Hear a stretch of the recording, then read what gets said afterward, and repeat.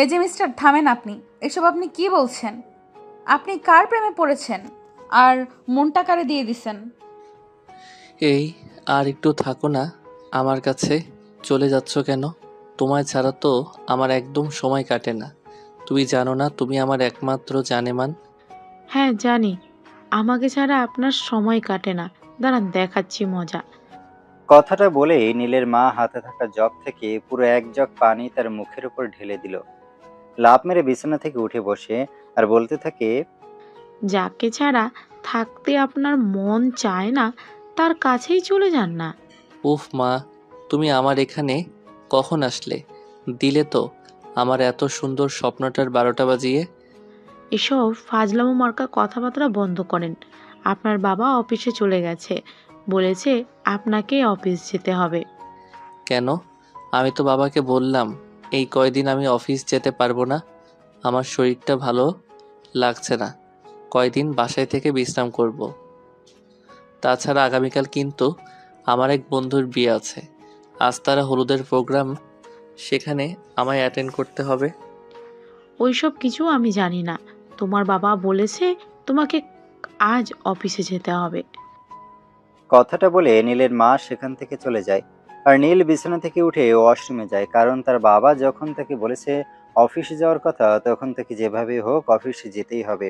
আর বন্ধুর বিয়ে নিয়ে পরে চিন্তা করা যাবে। এই কথা মনে মনে বলতে বলতে নীল ওয়াশরুম থেকে বের হয়। তারপর ফ্রেশ হয়ে এসে নিচে চলে যায় নাস্তা করবার জন্য। মা, ও মা, নাস্তা কোথায় আমার? নাস্তা দাও। আমায় কেন বলছো নাস্তা দেওয়ার কথা? এতক্ষণ যার সঙ্গে রোমান্স করলে তাকেই বলো না তোমায় নাস্তা দিতে। আরে বাবা, সে তো আমার স্বপ্নে এসেছিল, আমার বাস্তবে তো আসেনি। যদি বাস্তবে আসতো তাহলে তাকেই বলতাম।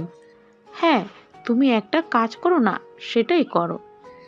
সেই কথাটাই তো কতদিন ধরে বাবাকে বোঝানোর চেষ্টা করছি, কিন্তু কোনোভাবেই তো বুঝিয়ে উঠতে পারছি না।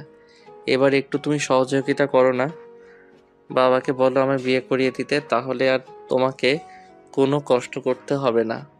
হ্যাঁ তাই করব। আর এই নাও তোমার নাস্তা, খেয়ে আমায় উদ্ধার করো। কথাটা বলতে বলতে নীলের মা নীলকে নাস্তার প্লেট ধরিয়ে দিয়ে সেখান থেকে চলে যায়।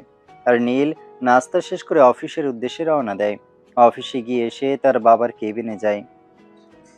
May I come in? Yes, বসো। আমি কাগজটা শেষ করে তারপর তোমার সঙ্গে কথা বলছি।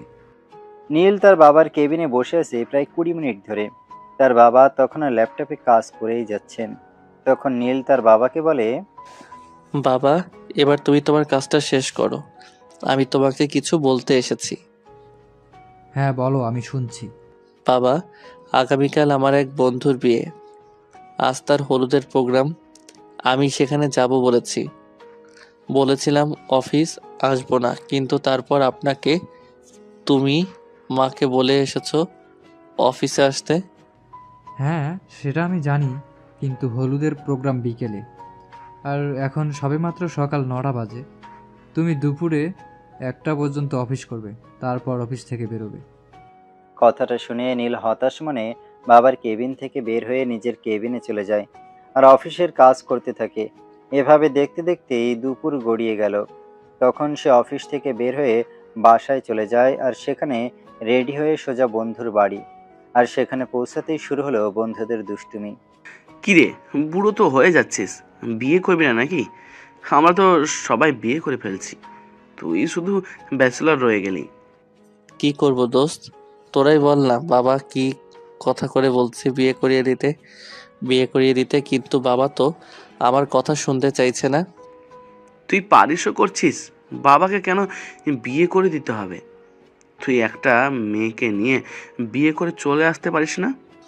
সেটা যদি আমার দ্বারা হতো তাহলে তো কবেই একটা মেয়েকে বিয়ে করে নিয়ে চলে আসতাম। একটা কাজ কর, দেবদাস তো হতে পারবি, দেবদাস হয়ে থাক সারা জীবন, বিয়ে করে তোর কম্য নয়। কথাটা বলেই তার সব বন্ধুরা একসঙ্গে হু হু করে হাসতে থাকে। আর নীল সেখানে একমাত্র হাসির খোরাক। আপনারাই বলেন না নীল কি করবে? কত করে বলছে তার বাবাকে বিয়ে করিয়ে দেওয়ার জন্য, কিন্তু তার বাবা বলছে ওনার এক বন্ধুর মেয়ে নাকি আমেরিকা থাকে, সেখান থেকে ফিরলেই তার সঙ্গে বিয়ে দেবে। তবে কবে ফিরবে সেই মেয়ে সেটা এখনো নীলের অজানা। যাই হোক, এরপর হলুদের প্রোগ্রাম শুরু হয়। সব বন্ধুরা মিলে অনেক আনন্দ হই হুল্লোড় করতে থাকে। এভাবেই কেটে যায় সেদিনের সন্ধ্যা। রাতের বেলা বাসায় ফিরে আসে তার মা। যখন ডিনার টেবিলে সবাইকে রাতের খাবার সার্ভ করছিল, তখন নীল তার মাকে বলে, মা, তোমরা কি আমায় বিয়ে করাবে নাকি করাবে না সেটা বলো। এই, এত বিয়ে বিয়ে করছিস তুই? নিজে একটা বিয়ে করে নিতে পারছিস না?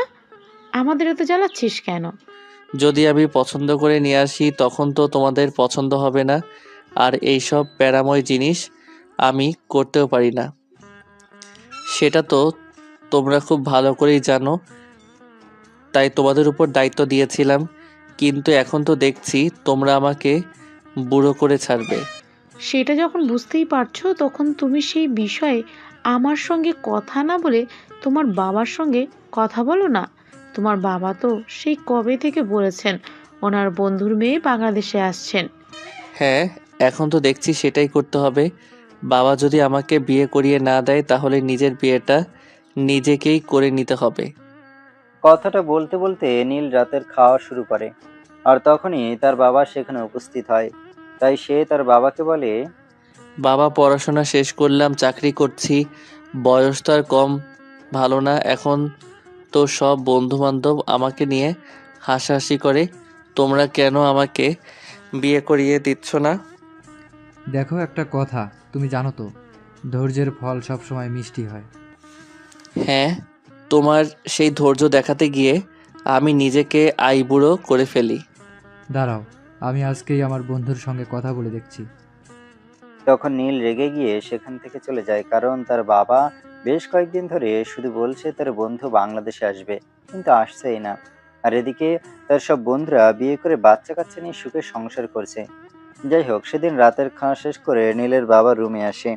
আর রুমে এসে মোবাইলটা বের করে তার বন্ধুকে ফোন দেয়। আসসালামু আলাইকুম বন্ধু, কেমন আছো? ওয়ালাইকুম আসসালাম। আলহামদুলিল্লাহ, এই তো ভালো আছি। তো তোমাদের কি খবর? এই আছে ভালোই। তোমাকে একটা গুড নিউজ দেওয়ার জন্য আমরা আসছি। আগামী সপ্তাহে বাংলাদেশে আসছি। আমি তোমাকে এই বিষয়ে কথা বলার জন্য ফোন করেছিলাম। আসলে আমার ছেলেটা ইদানিং কেন যে এত বিয়ের পাগল হয়ে উঠেছে, আমি সেটাই বুঝতে পারছি না। এই যুগের ছেলে মেয়ে বলে কথা, তারা কি আর আমাদের মতো এত ধৈর্যশীল নাকি, যে তারা বছরের পর বছর অপেক্ষা করবে? তাদের এখন লাইফ এনজয় করার টাইম। যাই হোক, তুমি আসছো ভালোই হচ্ছে। বাংলাদেশ এসে তারপরে কথা হবে।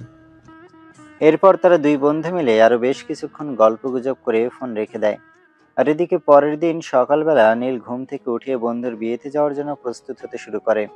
বিয়ে বাড়িতে যেতেই আবার শুরু হয় তার বন্ধুর ওইসব ফাজলামি। কিরে দোস্ত, আঙ্কেলকে বলেছিস তোর বিয়ের কথা? নাকি তোর ভাবির একটা ছোট বোন আছে, তার সঙ্গে তোকে সেট করিয়ে দিব? এই শোনো, সবসময় এত ফাজলামো করিস না তো। তুই বিয়ে করতে যাচ্ছিস, যা, আমার মাথাটা খাইস না। ভালো কথা বলছি তো, ভালো লাগছে না? যখন বুড়ো হয়ে যাবি, কোনো মেয়ে তোর দিকে ফিরেও তাকাবে না, তখন বুঝবি আমার কথা। আচ্ছা তো, ঠিক আছে, চল। ভাবি তোর জন্য অনেকক্ষণ ধরে ওয়েট করছে। কথাটা বলতে বলতে নীল তার বন্ধু নিলয়কে এবং অন্যান্য বন্ধু বান্ধবদের নিয়ে বন্ধুর শ্বশুর বাড়ির উদ্দেশ্যে রওনা হয়। সেখানে পৌঁছে তারা অনেক আনন্দ উল্লাস করে এবং কনেকে নিয়ে বাড়িতে চলে আসে। এদিকে বন্ধুর বাসর ঘর সাজানোর দায়িত্ব পড়ে নীলের ঘাড়ে। সে বাসর ঘর সাজিয়ে নববরবধূকে সেই ঘরে প্রবেশের জন্য বলে। তখন শুরু হয় আরেক ফাজলামো কাণ্ড। দোস্ত, আজ যদি তুই নিজেও বিয়েটা করে নিতিস, তাহলে হয়তো এভাবে আমার রুমের দরজায় দাঁড়িয়ে আমাদের কথা শুনতে হতো না। এই, তোর কি আমাকে তোর মতো লুচ্চা মনে হয় নাকি, যে আমি আমার বন্ধুর বাসর ঘরে কি কথোপকথন হচ্ছে সেই সব লুকিয়ে লুকিয়ে শুনবো? কি আর করবি বল, তোর বউ নেই বলে কথা। একটা চর মেরে তোর সব কটা দাঁত ফেলে দিব। আশা করি এখন কিছু করবি না, যাতে নতুন বইয়ের সামনে তোর মার ইজ্জত পাংচার করে দেয়। কথাটা বলে বন্ধুকে কোনো রকমে বাসর ঘরে পাঠিয়ে দেয়া এবং সে নিজের বাড়িতে চলে এলো। এরপর চলে গেল আরো 2-3 দিন। ইতিমধ্যে বন্ধু তার বউকে নিয়ে হানিমুনে যাওয়ার প্ল্যান করছে। তাই সে নীলকে আর একটু জ্বালানোর জন্য ফোন করে বলে, দোস্ত, আমরা হানিমুনে যাচ্ছি, খুবই কষ্ট হচ্ছে তোর জন্য, কারণ তোর একটা বউ নেই। তোর বউ থাকলে তুইও যেতে পারতিস আমাদের সঙ্গে। এই হারামজাদা তোর কি আমাকে জ্বালানো ছাড়া আর অন্য কোনো কাজ নেই নাকি? তুই জানা তোর বউকে নিয়ে আমিও তো বিয়ে করব, তখন তো আর এসব কথা বলতে পারবি না। হ্যাঁ, সেটাই আমরা অধীর আগ্রহে অপেক্ষা করছি, কবে আমাদের আইবুড়ো বন্ধু নিয়ে আসবে। শোন, তুই বিয়ে করতে করতে না আমাদের বাচ্চা কাচ্চা বড় হয়ে যাবে, তখন আমরা আমাদের বাচ্চা কাচ্চা নিয়ে তোর বিয়ের দাওয়াতে যেতে পারবো। হ্যাঁ, সেটাই তো ভালো হবে। অল্প টাকায় 14 গোষ্ঠী শুদ্ধ খেয়ে যেতে পারবি। কথাটা বলতে বলতে প্রচন্ড রেগে গিয়ে নীল ফোনটা কেটে দেয়। আসলে সে করবেই বা কি? পড়াশোনা শেষ করেছে প্রায় 6 বছরের মতো। ইতিমধ্যে বেশ কয়েকবার বাবাকে বলেছে তাকে বিয়ে করিয়ে দেওয়ার জন্য, কিন্তু ওই যে আপনারা তো দেখলেনই তার বাবার কথা। যাই হোক, নীল আজ সিদ্ধান্ত নিয়েছে এর একটা হেস্তনেস্ত করেই ছাড়বে। তাই রাতের বেলা তার বাবার ঘরে যায় আর বাবাকে বলে, বাবা, তুমি আমায় স্পষ্ট করে বলো, তুমি আমায় বিয়ে করাবে কি করাবে না? আরে বাবা, বিয়ে করাবো না কেন? আমার বন্ধু মনে হয় 2-1 দিনের মধ্যেই তার মেয়েকে নিয়ে বাংলাদেশে আসছে। তারপরে আমরা যাব তাদের সঙ্গে কথা বলতে। কথাটা শুনে নীল নিজের মনটাকে একটু শান্ত করে নিজের করে চলে আসে। এরপর চলে গেল আরও 2 দিন। সেদিন সকালবেলা তার বাবা তাকে নিজের রুমে ডাকে আর তারপর তাকে বলে, আমার বন্ধু গতকাল বাংলাদেশে ফিরে এসেছেন। আজ আমরা যাচ্ছি ওর সঙ্গে কথা বলতে। কথাটা শুনে নীল এক দৌড় দিয়ে নিজের রুমে চলে আসে আর সঙ্গে সঙ্গে অনেক সুন্দর করে সাজুগুজু করে রেডি হয়। তারপর ড্রয়িং রুমে বসে অপেক্ষা করতে থাকে। বেশ কিছুক্ষণ সময় চলে যাওয়ার পরও যখন তার বাবা আসছিল না, তাই সে তার বাবাকে ডাকতে শুরু করে, বাবা, ও বাবা, তুমি আজ আসবে নাকি? আমি সেই কখন থেকে তোমার জন্য অপেক্ষা করছি, এখনো কি তোমার রেডি হওয়া শেষ হয়নি নাকি? কথাটা শুনে সিঁড়ি দিয়ে নামতে নামতে তার বাবা তাকে বলে, তুমি রেডি হয়ে বসে আছো মানে? এটা কোন ধরনের কথা? এখনো বিয়ের পাকা কথাই হয়নি আর তুমি তোমার হবু শ্বশুর বাড়ি চলে যাবে। আমরা তো ভেবেছিলাম আমি আর তোমার মা যাব। একদমই না। আমার যার সঙ্গে বিয়ে হচ্ছে তাকে আগে আমি দেখব, আমার যদি পছন্দ হয় তারপর বিয়ের কথা। আচ্ছা ঠিক আছে, সে তোমার যা ভালো মনে হয়। কথাটা বলতে বলতে নীল তার বাবা মাকে নিয়ে বাড়ি থেকে বের হয় তার হবু শ্বশুর বাড়ির উদ্দেশ্যে। সেখানে পৌঁছতে বেশ অনেকটা সময় লেগে যায়। বাড়িতে পৌঁছে তার বাবা কলিং বেল চাপ দেয় দরজা খোলার জন্য, আর তখনই মিষ্টি একটা মেয়ে এসে দরজাটা খুলে দেয়। মেয়েটাকে দেখেই নীল বলে, ওয়াও, সো সুইট। তুমি আমার বউ হতে যাচ্ছ? আরে মিস্টার, এসব আপনি কি বলছেন? আমি আপনার বউ হতে যাব কেন? আপনি আমার বাবার বন্ধুর মেয়ে, তো আপনি তো আমেরিকা থেকে এসেছেন, তাই না? আমি আপনার বাবার বন্ধুর মেয়ে, তবে আপনার বউ নই। আপনার আমার বড় বোনের সঙ্গে বিয়ের কথা চলছে, সে ভিতরে আছে, আপনি তার সাথে কথা বলুন। Oh, I am so sorry. Please আমাকে ক্ষমা করে দেবে, কিন্তু ভেতরের কোনো ঘর আছে সেটা কি একটু দয়া করে বলে দিবে? আমার যদি খুব বেশি ভুল না হয়ে থাকে তাহলে আপনার হবু বউ রান্নাঘরেই আছে, কারণ মা তাকে আপনার জন্য একটা স্পেশাল রান্না করতে বলেছিল। ঠিক আছে, থ্যাংক ইউ সো মাচ। কথাটা বলতে বলতে নীল সেখান থেকে সামনের দিকে এগোয় এবং চারিদিকে ভালো করে লক্ষ্য করতে থাকে রান্নাঘর কোন দিকে আছে। অতঃপর সে রান্নাঘরের দিকে যায়, কিন্তু সেখানে কাজ করেছিল কাজের মহিলা। অতঃপর সেখানেই ঘটে বিশাল বড় বিপত্তি। নীল সেখান থেকে দৌড়ে গিয়ে কাজের মেয়েকে পিছন থেকে জড়িয়ে ধরে। তখনই কাজের মেয়ের চিৎকার চেঁচামেচি শুরু হয়। এই যে, কে আপনি? আপনার কি আক্কেল বলতে কোনো কিছুই নেই নাকি? আপনি এভাবে পেছন থেকে আমাকে জড়িয়ে ধরেছেন কেন?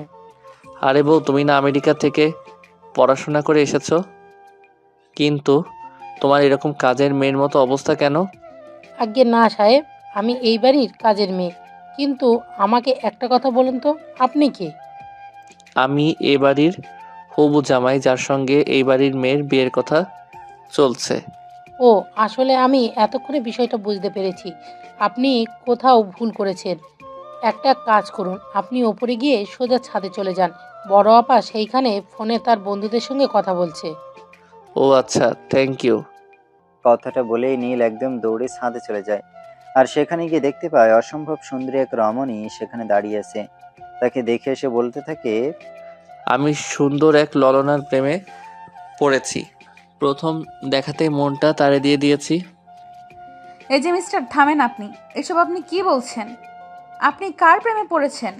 আর মনটা কারে দিয়ে দিছেন? কেন, আমার সামনে তো শুধুমাত্র একজনই দাঁড়িয়ে আছে, আর সেটা তুমি। তোমাকে তো আমি প্রথম দেখাতে ভালোবেসে ফেলেছি। আমি কে, কি আমার পরিচয়, কোনো কিছু না জেনেই আপনি আমাকে ভালোবেসে ফেলেছেন, মনটা দিয়ে ফেলেছেন। এগুলো কোন ধরনের কথা? আমি তো কিছুই বুঝতে পারছি না। আপনি তো আমার বাবার বন্ধুর মেয়ে, যে আমেরিকা থেকে পড়াশোনা করে এসেছেন, তাই না? হ্যাঁ, কিন্তু তার সঙ্গে আপনার মন দেওয়া নেওয়ার কি সম্পর্ক? আমি তো সেটাই বুঝতে পারছি না, একটু ক্লিয়ারলি বলবেন প্লিজ। তার কারণ আপনার বাবা আর আমার বাবা অনেকদিন ধরেই ঠিক করে রেখেছেন আপনার সঙ্গে আমাকে বিয়ে দেবেন। আর আপনি তো অসম্ভব সুন্দরী, তাই আপনাকে প্রথম দেখাতেই আমি ভালোবেসে ফেলেছি। আর সেই জন্যই এই কথাটি বললাম।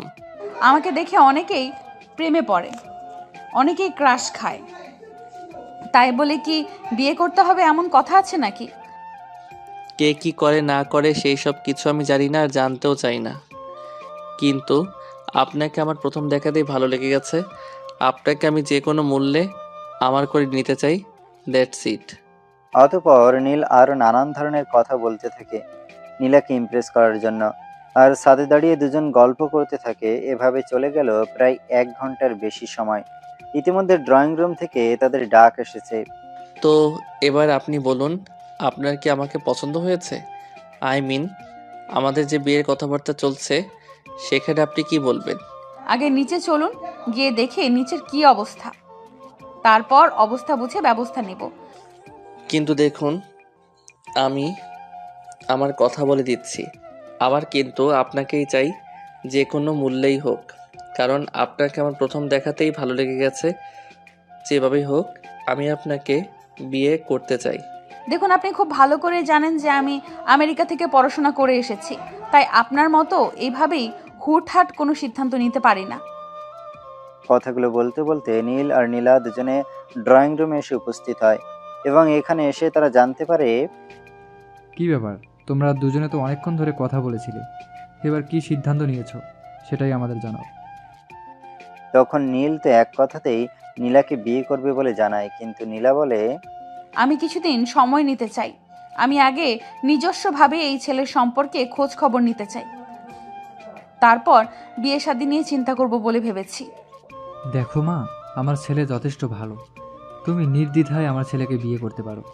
দেখুন, আপনি আমার বাবার বন্ধু, আমার বাবার মুখ থেকে যতটুকু শুনেছি আপনি যথেষ্ট ভালো মানুষ, কিন্তু তারপরও আপনার ছেলেকে যেহেতু আমি আমার জীবনসঙ্গী বানাতে চলেছি, তাই আপনার ছেলের সম্পর্কে আমি একটু খোঁজ নিয়ে তারপরে সিদ্ধান্ত নিতে চাই। কিন্তু নীল তো সেই সময়টা দিতে নারাজ। সে বিয়ে করবেই, আর সেটা যত দ্রুত সম্ভব। তাই সে বলে দেখুন, আমি জানি না আমার মতো সহজ সরল প্রেমময় একটা ছেলেকে দেখেও কেন আপনার মন গলছে না। আচ্ছা ঠিক আছে, কোনো সমস্যা নেই, আপনি যত ইচ্ছে আমার খোঁজ নিন, কিন্তু আমি আপনাকে বিয়ে করবই। আর বিয়ের আগ পর্যন্ত আমি এখানেই থাকবো। নীলের কাছ থেকে এমন কথা শুনে উপস্থিত সবাই হতভম্ব হয়ে যায় এবং নীলের বাবা তাকে বলে এই, তোমার কি মাথা খারাপ হয়ে গেছে নাকি? তুমি এমন ধরনের কথা কেন বলছো? বিয়ের আগে কেউ নিজের শ্বশুরবাড়িতে থাকে? তখনই পাশ দেখে নীলের হবু শালিকা বলে ওঠে আসলে বিষয়টা হলো, আমার দুলাভাইয়ের বিয়ের জন্য এতটাই উতলা হয়ে পড়েছেন যে বউকে ছাড়া উনি এই মুহূর্তে চোখে অন্য কিছুই দেখতে পাচ্ছেন না। একদমই শালিকা, তুমি আমার মনের কথাটা বুঝতে পেরেছো, কিন্তু অন্য কেউ তো আমার মনের কথাটা কোনোভাবেই বুঝতে চাইছে না। বলো আমি কি করি? তখন নীলের হবু শালিকা মজার ছলে বলে ওঠে সেখানেই থেকে যাওয়ার জন্য, যতক্ষণ পর্যন্ত তারা নীলকে বিয়েটা না করায়। এই কথাটা শুনে নীল বলে হ্যাঁ শালিকা, তুমি একদম ঠিক কথাই বলেছ। আমি এখানেই থেকে যাব যতক্ষণ পর্যন্ত আমাকে বিয়ে করানো না হয়। এই যে মিস্টার, আপনার কি মাথা খারাপ হয়ে গেছে নাকি? আমি তো কিছুই বুঝতে পারছি না। আপনাকে আমি বিয়ে করব কি না সেটার আদৌ কোনো ঠিক ঠিকানা নেই, আর আপনি বলছেন আপনি এখানে থেকে যাবেন। তোমার সিদ্ধান্ত উপর অমত থাকতে পারে, কিন্তু আমার তো সিদ্ধান্তের উপর কোনো অমত নেই। আমি তো তোমাকে বিয়ে করব বলে ঠিক করেছি, তাহলে এখানে মাথা খারাপের কি আছে?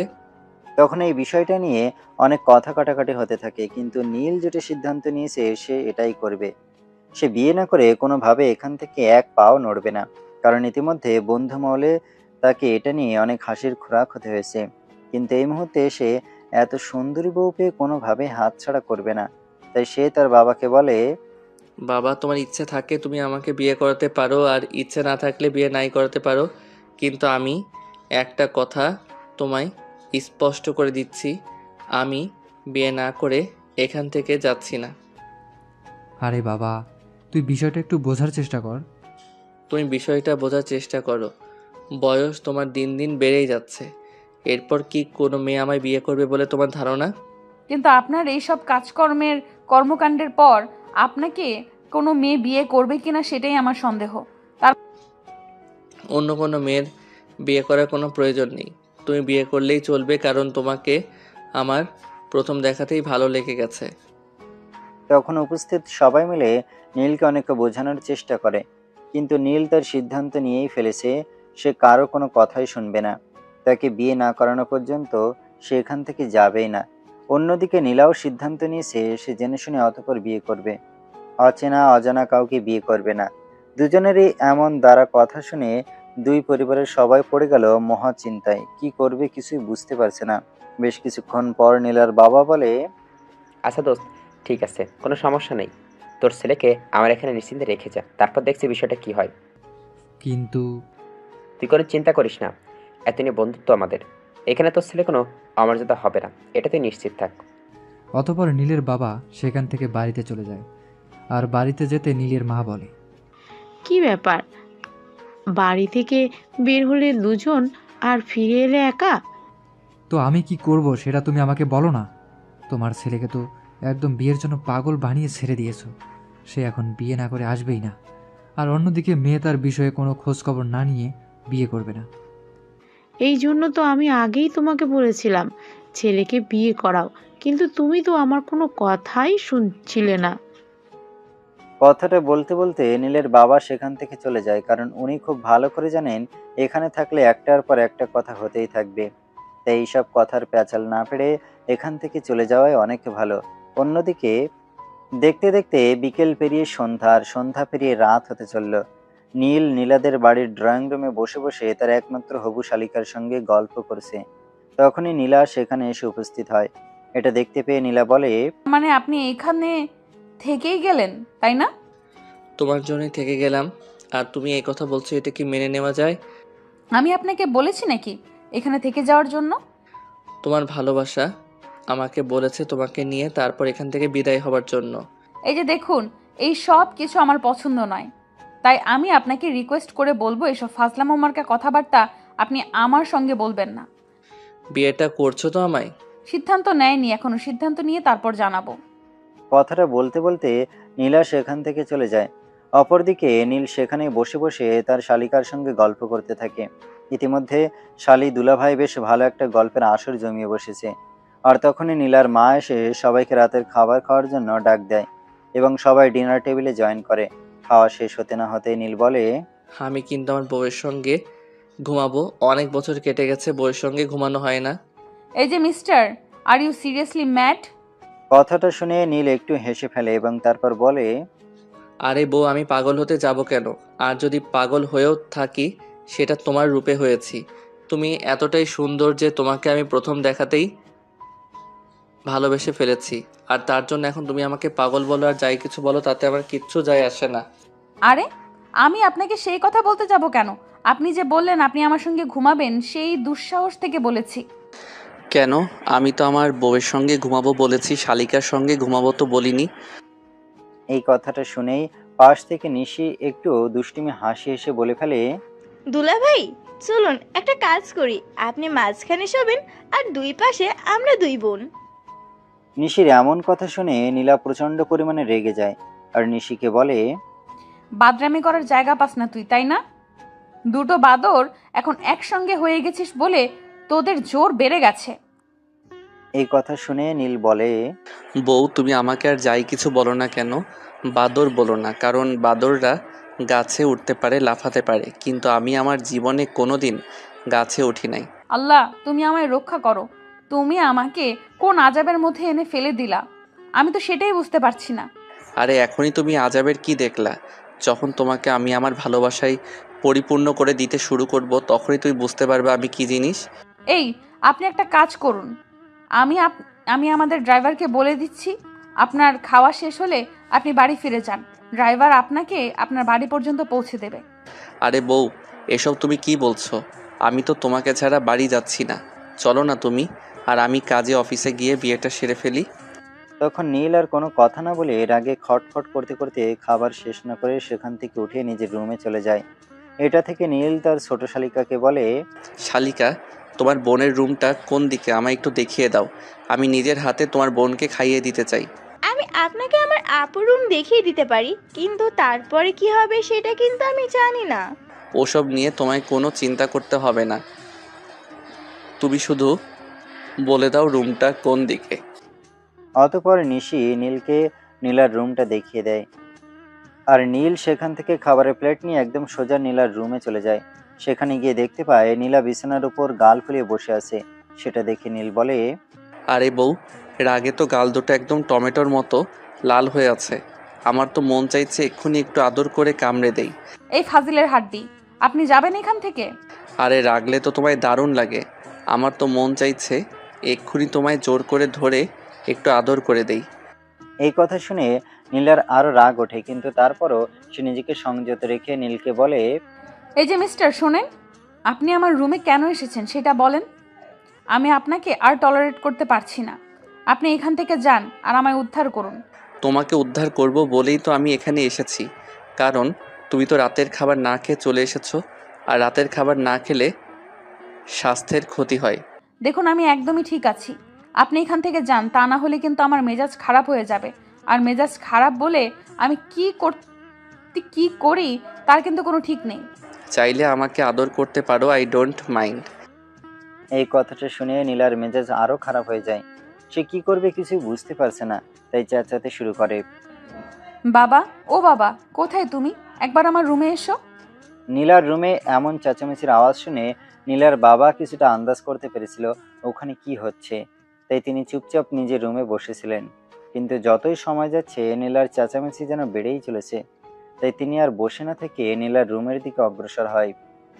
কি ব্যাপার নীল, কি হয়েছে? তোমার কোনো সমস্যা নাকি? এই গডফাদারটাকে আমার রুম থেকে বের হয়ে যেতে বল। আমি একে আর সহ্য করতে পারছি না। কি ব্যাপার নীল, কি হয়েছে? তোমার কোনো সমস্যা নাকি? না শ্বশুরমশাই, সেরকম কিছুই হয়নি। আসলে আমার বউ রাগ করে না খেয়ে চলে এসেছে, তাই আমি আমার বউকে রাতের খাবারটা খাওয়াতে এসেছি। ও আচ্ছা, ঠিক আছে, তাহলে আমি যাচ্ছি, তোমরা খাবারটা খেয়ে নাও। কথাটা বলতে বলতে নীলাকে আর কোনো কথা বলার সুযোগ না দিয়ে নীলার বাবা সেখান থেকে চলে যায়। আর অপরদিকে নীলা আরো বেশি রেগে গিয়ে তার ড্রেসিং টেবিলের সামনে থাকা ফুলদানিটা মাটিতে ছুঁড়ে ফেলে ভেঙে ফেলে। সেটা দেখে নীল বলে, রাগলে তোমাকে দারুণ লাগে, এই কথাটা বলেছি বলে কি তুমি আরো বেশি রাগ দেখাচ্ছ নাকি, যাতে আমি বারবার তোমার প্রেমে পড়ি? আপনি আমার রুম থেকে যাবেন নাকি যাবেন না, আমি শুধু এটাই জানতে চাইছি। কথাটা বলা শেষ করার আগেই নীলা তার মুখের সামনে একটা খাবারের লোকমা দেখতে পায়। সেটা দেখে সে নীলের দিকে তাকায়। তখন নীল বলে, জান পাখি, আমার খাবারের সঙ্গে রাগ করতে হয় না। তুমি খাবারের সঙ্গে রাগ না করে দয়া করে খাবারটা খেয়ে নাও প্লিজ। আমি খাবো না, কি করবেন আপনি? কথাটা বলতে গিয়ে নীলা যেই না মুখটা খুলল, অমনি নীল তার মুখের ভেতর খাবারের লোকমাটা পুরে দিল আর বলতে থাকলো, তোমার আমাকে যা কিছু বলার আছে তা সব পরে বলে নিও, এখন খাবারটা খেয়ে নাও। দেখো, খাবারের উপর রাগ দেখানো কিন্তু আমার একদমই পছন্দ নয়। আর আমি আশা করব আমি যেই জিনিসগুলো পছন্দ করি না সেগুলো তুমি করবে না। তখন নীলা আর কোনো কথা বলে না, চুপচাপ খাবারটা খেয়ে নিল। দেখতে দেখতে রাত প্রায় 10টার মতো বেজে গেল। দুজনেই খাওয়া দাওয়া শেষ করে খাটের উপর বসে আছে, কেউ কি কোনো কথা বলছে না। তখন নীল বলে, শোনো, একটা কথা বলি, আমি যেহেতু সিদ্ধান্ত নিয়েছি আজ তোমার রুমে ঘুমাবো, তুমি খাটে শুয়ে পড়ো, আমি সোফায় শুয়ে পড়ছি, কোনো সমস্যা হবে না। আচ্ছা, আমি একটা কথা কোনোভাবেই ভাবতে পারছি না। আপনি ভাবলেন কি করে যে অবিবাহিত একটা মেয়ে হয়ে আপনার সঙ্গে একই রুমে ঘুমাবো? আমরা তো বিয়ে করছি তাই না? তাছাড়া অনেক দিন তো হয়ে গেল একা একা ঘুমাচ্ছি, এখন আর কত একা একা ঘুমাবো? আমারও তো মন চায় বউ নিয়ে ঘুমাতে, তাই না? শুনুন, আমি আপনাকে শেষবারের মতো বলছি, আপনি এখান থেকে চলে যান, গেস্ট রুমে গিয়ে ঘুমান। না রে বাবা, আমি পারবো না গেস্ট রুমে গিয়ে ঘুমাতে, আমি এখানেই শুয়ে পড়ছি। কথাটা বলতে না বলতে নীল সোফায় গিয়ে শুয়ে পড়ল। এটা দেখে নীলা বলে, তার মানে আপনি আমার রুম থেকে বের হবেন না, এটাই তো? ঠিক আছে, কোনো সমস্যা নেই, আমি নিজেই এই রুম থেকে চলে যাচ্ছি। কথাটা বলতে বলতে নীলার রুম থেকে বের হয়ে চলে যেতে চাইছিল, কিন্তু নীল সেটা করতে না দিয়ে পিছন থেকে নীলার হাত ধরে টান দিয়ে একদম নিজের বুকের ওপর টেনে নেয়। আরে বউ, যাচ্ছ কোথায়? আমি এখানে একা একা ঘুমাবো আর তুমি আমাকে ফেলে চলে যাবে, এটা হয় নাকি? তো আপনার কি মনে হয় বিয়ের আগে আমি আপনার সঙ্গে বাসর করব? সে তোমার ইচ্ছে থাকলে করতে পারো, কিন্তু আমার সেরকম কোনো কুমতলব নেই। কথাটা বলতে বলতে নীল তার হাত দুটো নীলার কোমরের কাছে রেখে হালকা করে নিজের দিকে একটু টান দিয়ে বলে, তুমি চাইলে আমার সমস্ত ভালোবাসা আজই তোমায় উজাড় করে দিতে পারি। ছেড়ে দেন আমায়, ছাড়ুন বলছি। এইসব কিন্তু একদমই ঠিক হচ্ছে না, আমি কিন্তু চেঁচামেচি শুরু করব বলে দিলাম। কোনো লাভ হবে না মাই ডিয়ার, কারণ আমি তোমার রুমের দরজাটা ভিতর থেকে বন্ধ করে রেখেছি। তুই চেঁচামেচি করো না কেন, এখানে কেউ আসতে পারবে না আমাকে বাধা দিতে। আসলে আপনি চাইছেনটা কি বলেন তো? কালকে তোমার আর আমার বিয়ে, সেটা এখন তুমি তোমার বাবার কাছে গিয়ে বলবে, আর যেভাবেই হোক কালকের মধ্যেই তোমার আর আমার বিয়ের বন্দোবস্ত করবে। আর যদি আমি এই কাজটা না করি তাহলে আপনি কি করবেন? এক্ষুনি তোমাকে এখান থেকে তুলে নিয়ে কাজী অফিসে গিয়ে বিয়েটা সেরে নিব, আর নয়তো বিয়ের আগেই বাসর করব। বলেই নীল নীলাকে আরেকটু কাছে টেনে নেয় আর নীলার ঠোঁটে তার হাতের আঙুল দিয়ে আলতো করে স্পর্শ করে বলে, তো মাই ডিয়ার, কি চিন্তা করলে? বিয়ের আগে বাসর করবে নাকি বিয়ের পরে? নীলা মনে মনে ভাবছে সে মহা ঝামেলায় পড়ে গেছে, এখন যেভাবে ওকে ঝামেলা থেকে মুক্তি পেতেই হবে। কিন্তু অনেক চিন্তা ভাবনার পরও সে কোনো কুলকিনারা খুঁজে পেল না। তাই সে নীলকে বলে, ঠিক আছে, আমি আপনাকে বিয়ে করতে রাজি, যদি আপনি একটা কাজ করতে পারেন। কি কাজ বলো? তুমি আমাকে যাই করতে বলবে আমি তাই করব, কিন্তু বিনিময়ে তোমাকে আমি বিয়ে করতে চাই। নীলা মনে মনে বলতে থাকে, আগে বেঁচে তো ফের, তারপর না হয় আমাকে বিয়ে করার চিন্তা ভাবনা করো। এই কথাটা মনে মনে বলতে বলতে সে নীলকে বলে, আমাদের বাসায় ঢুকবার সময় আপনি বাগানের পাশে নিশ্চয়ই একটা বড় সুইমিং পুল দেখতে পেয়েছেন, তাই না? হ্যাঁ, সেটা দেখতে পেয়েছি। আর তোমাকে একটা কথা বলার আছে, সেটা হলো আমি কিন্তু খুব ভালো সাঁতার কাটতে পারি। সেসব আপনার থেকে জানতে চাই না, যেটা বলতে চাই আপনি এখন রাত 12টা বাজে, ভোর 5টা পর্যন্ত এই পানিতে দাঁড়িয়ে থাকতে হবে। এইটা কোনো কাজ হলো? আমি এক কথায় রাজি। এমন পাগল সত্যি দুনিয়ায় মেলা ভার। নীল কিভাবে এই শীতের রাতে নীলার কথায় রাজি হয়ে গেল সে সুইমিং পুলের পানিতে সে ভোর 5টা পর্যন্ত দাঁড়িয়ে থাকবে। এরপর তাকে খুঁজে পাওয়া যাবে কিনা সেটাই তো সন্দেহ। আর বিয়ে তো অনেক দূরের কথা। নীল রুম থেকে বের হয়ে সোজা বাগানের সুইমিং পুলে চলে যায় আর তখনই পানিতে নেমে পড়ে আর সেখানে দাঁড়িয়ে চিৎকার করে বলে, আমি জানি না আজ আমার সঙ্গে কি হতে চলেছে, কিন্তু তার বিনিময়ে আমি নীলাকে বিয়ে করতে চাই। এই কথাটা নিজের রুম থেকে নীলা শুনছিল। তখনই সে বের হয়ে ব্যালকনিতে আসে আর নীলের দিকে তাকিয়ে বলে, হ্যাঁ, তুমি এখানে এভাবেই দাঁড়িয়ে থাকো, মানুষ তো ভালোবাসার জন্য কত কিছুই করে, তুমি না হয় এইটুকু করলে। ঠিক আছে জানেমান, কোনো সমস্যা নেই, আমি তোমাকে পাওয়ার জন্য সব কিছু করতে পারি। কথাটা বলতে বলতে নীলা রুমে চলে যায় আর শুয়ে ঘুমিয়ে পড়ে।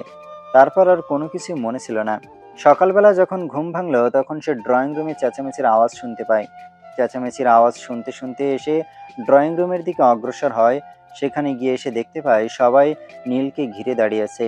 সেখানে পৌঁছানো মাত্রই তার ছোট বোন তাকে বলে, আপু, তুই মানুষ নাকি অন্য কিছু? আমি এটাই বুঝতে পারছি না, একজন সুস্থ মস্তিষ্কের মানুষ হয়ে তুই এই কাজটা কিভাবে করলি? আমি আবার কি করলাম? একবার দুলাভাইয়ের দিকে তাকিয়ে দেখ কি অবস্থা করেছিস। এরপর তুই বলছিস তুই কি করেছিস? তোর এই কথাটা বলতে লজ্জা করছে না? আমার লজ্জা করবে কেন? সে তো বলেছিল সে তার ভালোবাসার প্রমাণ দিতে যা ইচ্ছা তাই করতে প্রস্তুত। আমি তো তাই তাকে একটা কাজ করতে বলেছি, এখানে আমার দোষটা কোথায়? আমি তো সেটাই বুঝতে পারছি না। তখন নিশি সহ পরিবারের সবাই নীলাকে অনেক বকাবকি করতে থাকে। আর এটা দেখে নীল কোনো রকমে নিজেকে সামলে বলতে থাকে, প্লিজ আপনারা কেউ নীলাকে কোনো কিছু বলবেন না, এখানে নীলার কোনো দোষ নেই, যা দোষ সম্পূর্ণ আমার। দুলাভাই, আপনি প্লিজ এভাবে বলবেন না। আপনি তাকে ভালোবেসে ফেলেছেন বলে আপনাকে এইভাবে ব্যবহার করতে পারে না। তার যদি আপনাকে এতই অপছন্দ তাহলে সে সরাসরি বলে দিতে পারতো। সে বিয়ে না করলে আমি তো আছি, আমি আপনাকে বিয়েটা করে নিতাম। তখন নীলা আর কোনো কথাই বলছে না, চুপচাপ সেখানে দাঁড়িয়ে দাঁড়িয়ে সবাই যা বলছে সেগুলো শুনছে। অন্যদিকে পরিবারের সবাই তাকে দোষারোপ করে কথা বলছে, একটার পর একটা কথা বলেই যাচ্ছে। সেটা দেখে নীলা বলে, ঠিক আছে, আমি ছেলেটাকে বিয়ে করতে রাজি। তোমরা আজকেই বিয়ের আয়োজন করো। এই তো লক্ষ্মী বউ আমার পথে আইছে। কথাটা বলে নীল সেখান থেকে উঠে দাঁড়িয়ে পরিবারের সবার সামনে নীলাকে জড়িয়ে ধরে তার কপালে একটা ভালোবাসার পরশ এঁকে দিয়ে বলতে থাকে, এটা যদি তুমি আগেই বলে দিতা তাহলে তো আর এই শীতের মধ্যে সারা রাত আমাকে পানিতে দাঁড়িয়ে কাটাতে হতো না। এমন পরিস্থিতি দেখে নিশি একটু গলা ঝাড়ি দিয়ে তার দুলাভাইকে উদ্দেশ্য করে বলতে থাকে, তা দুলাভাই, বিয়ে তো ফাইনাল হয়ে গেল, এবার বিয়ের কেনাকাটা তো করতে হবে। সেই বিষয়ে কোনো চিন্তা করেছেন নাকি? সেসব নিয়ে তুমি একদম টেনশন করো না, আমি তোমাকে নিয়ে একটু পরেই বিয়ের শপিং করতে বেরোবো। কিন্তু তারপর যদি আবার আমাকে বিয়ে করতে মন চায়? কথাটা বলে নিশি একটা দুষ্টুমার্কা হাসি দিয়ে সেখান থেকে দৌড়ে পালায়। আর অপরদিকে বাড়ির সবাইও সেখান থেকে চলে যায়। সেখানে রয়ে যায় শুধু নীল আর নীলা। সবাই চলে যাওয়ার পর নীলা নীলকে বলতে থাকে, তুমি এরকম পাগলামি কেন করলে? এই শীতের রাতে কেউ এতক্ষণ পানির মধ্যে দাঁড়িয়ে থাকে? যদি উল্টাপাল্টা কিছু হয়ে যেত? কি আর হবে, আর যদি হবার থাকতো তাহলে হতো। আমি ওসব কিছু নিয়ে চিন্তা করি না, কারণ আমি কি এমন দোষ করেছি? জীবনে শুধুমাত্র একটা বিয়েই তো করতে চেয়েছি, সেটা নিয়ে সবার এত আপত্তি। ঠিক আছে জনাব, এখন তার কোনো সমস্যা নেই। এখন তো আমি আপনাকে বিয়ে করতে রাজি হয়ে গেছি। তাহলে আপনি আমায় কথা দিন আর কখনো এমন পাগলামি করবেন না। ঠিক আছে বউ, কোনো সমস্যা নেই। এই যে আমি তোমাকে ছুঁয়ে প্রমিস করলাম, আর কখনো এমন পাগলামি করব না। তবে একটা কথা, আরেকবার তোমায় একটু জড়িয়ে ধরি। ন্যাকা, বিয়ে যেহেতু করছি তাহলে জড়িয়ে ধরলে সমস্যাটা কোথায়? অতঃপর নীল আর নীলা দুজনে তাদের প্রেমের গল্প করতে থাকে। এদিকে দেখতে দেখতে দুপুর হয়ে যায়। নিশিকে নিয়ে নীল চলে যায় বিয়ের শপিং করতে, আর তার বাবা মাকে চলে আসতে বলে। বিকেল 3টা বাজতে না বাজতে নীলের বাবা মা সেখানে চলে আসে, আর তাদের বিয়ের কেনাকাটাও শেষ হয়ে যায়। আর দেখতে দেখতে তাদের বিয়ের কাজটা সম্পন্ন হয়। কোনো রকমে বিয়ের কাজটা শেষ হতে না হতেই নীল বলে, বাবা, বিয়ে তো হয়ে গেল, চলো বউ নিয়ে বাড়িতে চলে যাই। আরে বিয়ের তো আরও রিচুয়াল বাকি আছে, সেগুলো আগে সম্পূর্ণ হতে দে। বিয়ে যখন করেছিস বউ নিয়ে বাড়িতে তো আসবি। বাবার কতক্ষণ লাগবে? আমি তো আর থাকতে পারছি না, আমার তো মন চাইছে এক্ষুনি বউকে নিয়ে এখান থেকে পালিয়ে যাই। নীল, আস্তে কথা বলো, এখানে অনেকেই রয়েছে, তারা এসব কিছু শুনে হাসাহাসি করবে। যার যা ইচ্ছা হয় সে তাই করুক, তাতে আমার কিচ্ছু যায় আসে না, কিন্তু আমি এক্ষুনি তোমাকে নিয়ে এখান থেকে পালাবো। কথাটা বলতে বলতে নীল সেখান থেকে নীলাকে নিয়ে সবার চোখের আড়াল দিয়ে বাইরে চলে আসে, আর গাড়িতে উঠে বসে। এসে তার মাকে ফোন দেয়। ওমা, কোথায় তুমি? তাড়াতাড়ি গাড়ির কাছে আসো। আমি তো বাড়ির ভিতরেই আছি, কিন্তু গাড়ির কাছে কেন আসতে যাব? এখনো তো বিয়ের কিছু রিচুয়াল বাকি আছে, সেগুলো আগে শেষ হোক। আর কোনো রিচুয়াল করতে হবে না, আমি তোমার বৌমাকে নিয়ে চলে এসেছি। এখন শুধু তুমি ওখান থেকে কেটে পড়ো, কারণ শুনেছি নতুন বউকে নাকি। কথাটা শুনে নীলের মা হাসবে নাকি কাঁদবে কিছুই বুঝতে পারছে না। সে নিজেই নিজের কপাল চাপড়াতে থাকে আর বলতে থাকে, আল্লাহ, তুমি কপাল করে আমাকে একটা ছেলে দিয়েছো, এমন ছেলে যেন কারো পেটে না হয়। নীলের মায়ের এমন কাণ্ড থেকে পাশ থেকে নীলের বাবা বলে, কি ব্যাপার, কি হয়েছে? তুমি এরকম কেন করছো? তোমার ছেলে বিয়ের আসর থেকে বউ নিয়ে পালিয়েছে। হ্যাঁ, বুঝতে পেরেছি। এতে তো অবাক হওয়ার কি আছে? এটা এটা তো হওয়ারই ছিল। তোমার ছেলে যে পরিমাণ বিয়ের জন্য পাগল হয়েছে, এরপর তোমার ছেলে আর কি করতে পারে? তুমি বাবা হয়ে এমন কথা বলতে পারলে? এখন চলো, তুমি আর আমিও মানে এখান থেকে কেটে পড়ি, তা না হলে বিপদ আসন্ন। কথাটা বলেই নীলের বাবা আর নীলের মা কোনো রকম দেরি না করে সেখান থেকে কেটে পড়ে, আর তাদের ছেলে এবং ছেলের বউকে নিয়ে বাড়িতে চলে আসে। তখনই নীলের বাবা মোবাইলে নীলার বাবার ফোন। কিরে দোস্ত, কোথায় গেছিস? কোথাও তোকে দেখতে পাচ্ছি না কেন? আমরা তো বৌমাকে নিয়ে বাড়িতে চলে এসেছি। এই কথা শুনে নীলার বাবা কি বলবে কিছুই ভেবে পাচ্ছে না, কারণ সে জীবনে প্রথমবার এমন কোনো বিয়ে দেখেছে যেখানে থেকে বিয়ের কাজ হয়ে যাওয়ার পরও বর তার বউকে নিয়ে পালিয়ে গেছে। যাই হোক, যেটা হওয়ার সেটা তো হয়ে গেছে, এখন সেসব কিছু নিয়ে চিন্তা করে কি হবে। বাড়িতে আসতে না আসতে নীল তার মাকে বলে, মা, নতুন নোকে বরণ টরণ কি সব যেন করতে হয়? ওইসব কিছু তুমি করবে নাকি আমি ভিতরে নিয়ে চলে যাব? আরে বাবা, তুই এত অধৈর্য কেন করছিস? আমি তো সেটাই বুঝতে পারছি না। একটু দাঁড়া, সবেমাত্র এলাম, আমাকে বাড়িতে ঢুকতে দে। ঠিক আছে, তাড়াতাড়ি ভিতরে প্রবেশ করো আর আমার বউকে বরণ করে বাড়িতে তুলে নাও। আমি আর সহ্য করতে পারছি না। নীলের মা তখন আর দেরি না করে বাড়ির ভিতরে প্রবেশ করে এবং ছেলের বউকে বরণ করে বাড়িতে তুলে নেয়। বাড়িতে প্রবেশ করা মাত্রই নীল তার বউকে নিয়ে নিজের রুমে চলে যায়। তখন তার বউ তাকে বলে, এই যে, এইদিকে শোনো, কি সমস্যা তোমার? আমি তো সেটাই বুঝতে পারছি না। বাড়িতে বউ আসা মাত্রই সবাই নিয়ে হই হুল্লোড় করে, কিন্তু তুমি সেটা করতে না দিয়ে তুমি আমাকে নিয়ে সোজা তোমার রুমে কেন চলে এসেছো? আইসে বলতে। বউ আমার, তাহলে আমার বউ অন্য কারোর ঘরে যাবে কেন? আমার বউ আমার ঘরে আসবে আর আমার সঙ্গেই থাকবে। আল্লাহ, তুমি আমারে কোন পাগলের পাল্লায় ফেলে দিলা? আমি তো সেটাই বুঝতে পারছি না। এই মানুষটার কি মাথায় সমস্যা নাকি পেটে সমস্যা? ওই কি ব্যাপার? তুমি এভাবে বিড়বিড় করে কি বলতেছো? দেখো, তুমি যাই কিছু বলো না কেন, তাতে কিন্তু কোনো লাভ হবে না। আমি আমার মতো করে চলি আর আমার মতোই চলতে পছন্দ করি। হ্যাঁ, তাই করো আর আমায় উদ্ধার করো। কথাটা বলতে বলতে নীলের কাছে তার ওয়াশরুমটা কোন দিকে সেটা জানতে চায়। তখন নীল বলে, কেন, তুমি ড্রেস চেঞ্জ করবে নাকি? ড্রেস চেঞ্জ করলে আমাকে বলো, আমি করিয়ে দিচ্ছি।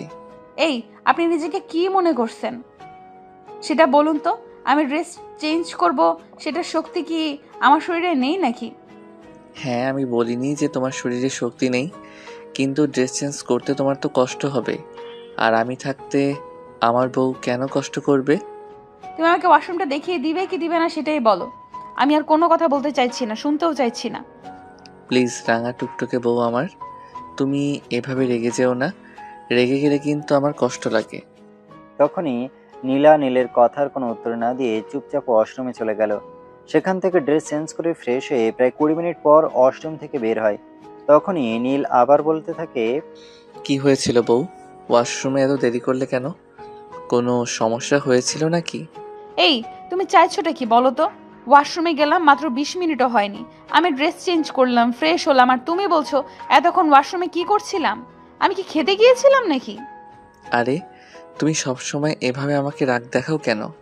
আমি তো সেটাই বুঝতে পারি না। অতঃপর নীলা কিছু বলতে চাইছিল, কিন্তু সে সেটা না সুযোগ পেল না। তখনই নীলের মা সেখানে এসে উপস্থিত হলো। তখন উনি বলতে লাগলেন, কি ব্যাপার, তোমরা কোনো বিষয় নিয়ে কথা কাটাকাটি করছিলে নাকি? না, কথা কাটাকাটি করব কেন? আমার মনে হয় আমার কপালটা অর্ধেকটাই পুড়ে গেছে, আর বাকি অর্ধেকটা হয়তো কয়েকদিনের মধ্যে পুরেই শেষ হয়ে যাবে। তুমি কি বলতে চাইছো আর কি বোঝাতে চাইছো? আমি কিন্তু কিছুই বুঝতে পারছি না। থাক না মা, সেসব কথা বুঝবার কোনো প্রয়োজন নেই। আপনি মনে হয় কিছু বলতে এসেছিলেন। হ্যাঁ, রাতের খাবারের আয়োজন করা হয়েছে, সবাই নিচে এসো, একসঙ্গে রাতের খাবার খাবো। কথাটা বলতে বলতে নীলের মা সেখান থেকে বের হয়ে নিজের রুমে চলে যায়। আর অপরদিকে নীলকে বলে, কি ব্যাপার, তুমি এখানে দাঁড়িয়ে থাকবে না রাতের খাবার খাওয়ার জন্য নিচে যাবে? হ্যাঁ, চলো যাওয়া যাক। কথাটা বলতে বলতে নীল আর নীলা দুজনেই নিচে চলে যায় রাতের খাবার খাওয়ার জন্য। সবাই খাবারের প্লেট সামনে নিয়ে বসে আছে। তখনই নীল বলে, বউ, তোমার খাবারটা আমি খাইয়ে দিই কেমন? আচ্ছা, আমার মনে হয় তুমি আমাকে এখনো আপন ভাবতে পারোনি, তাই না?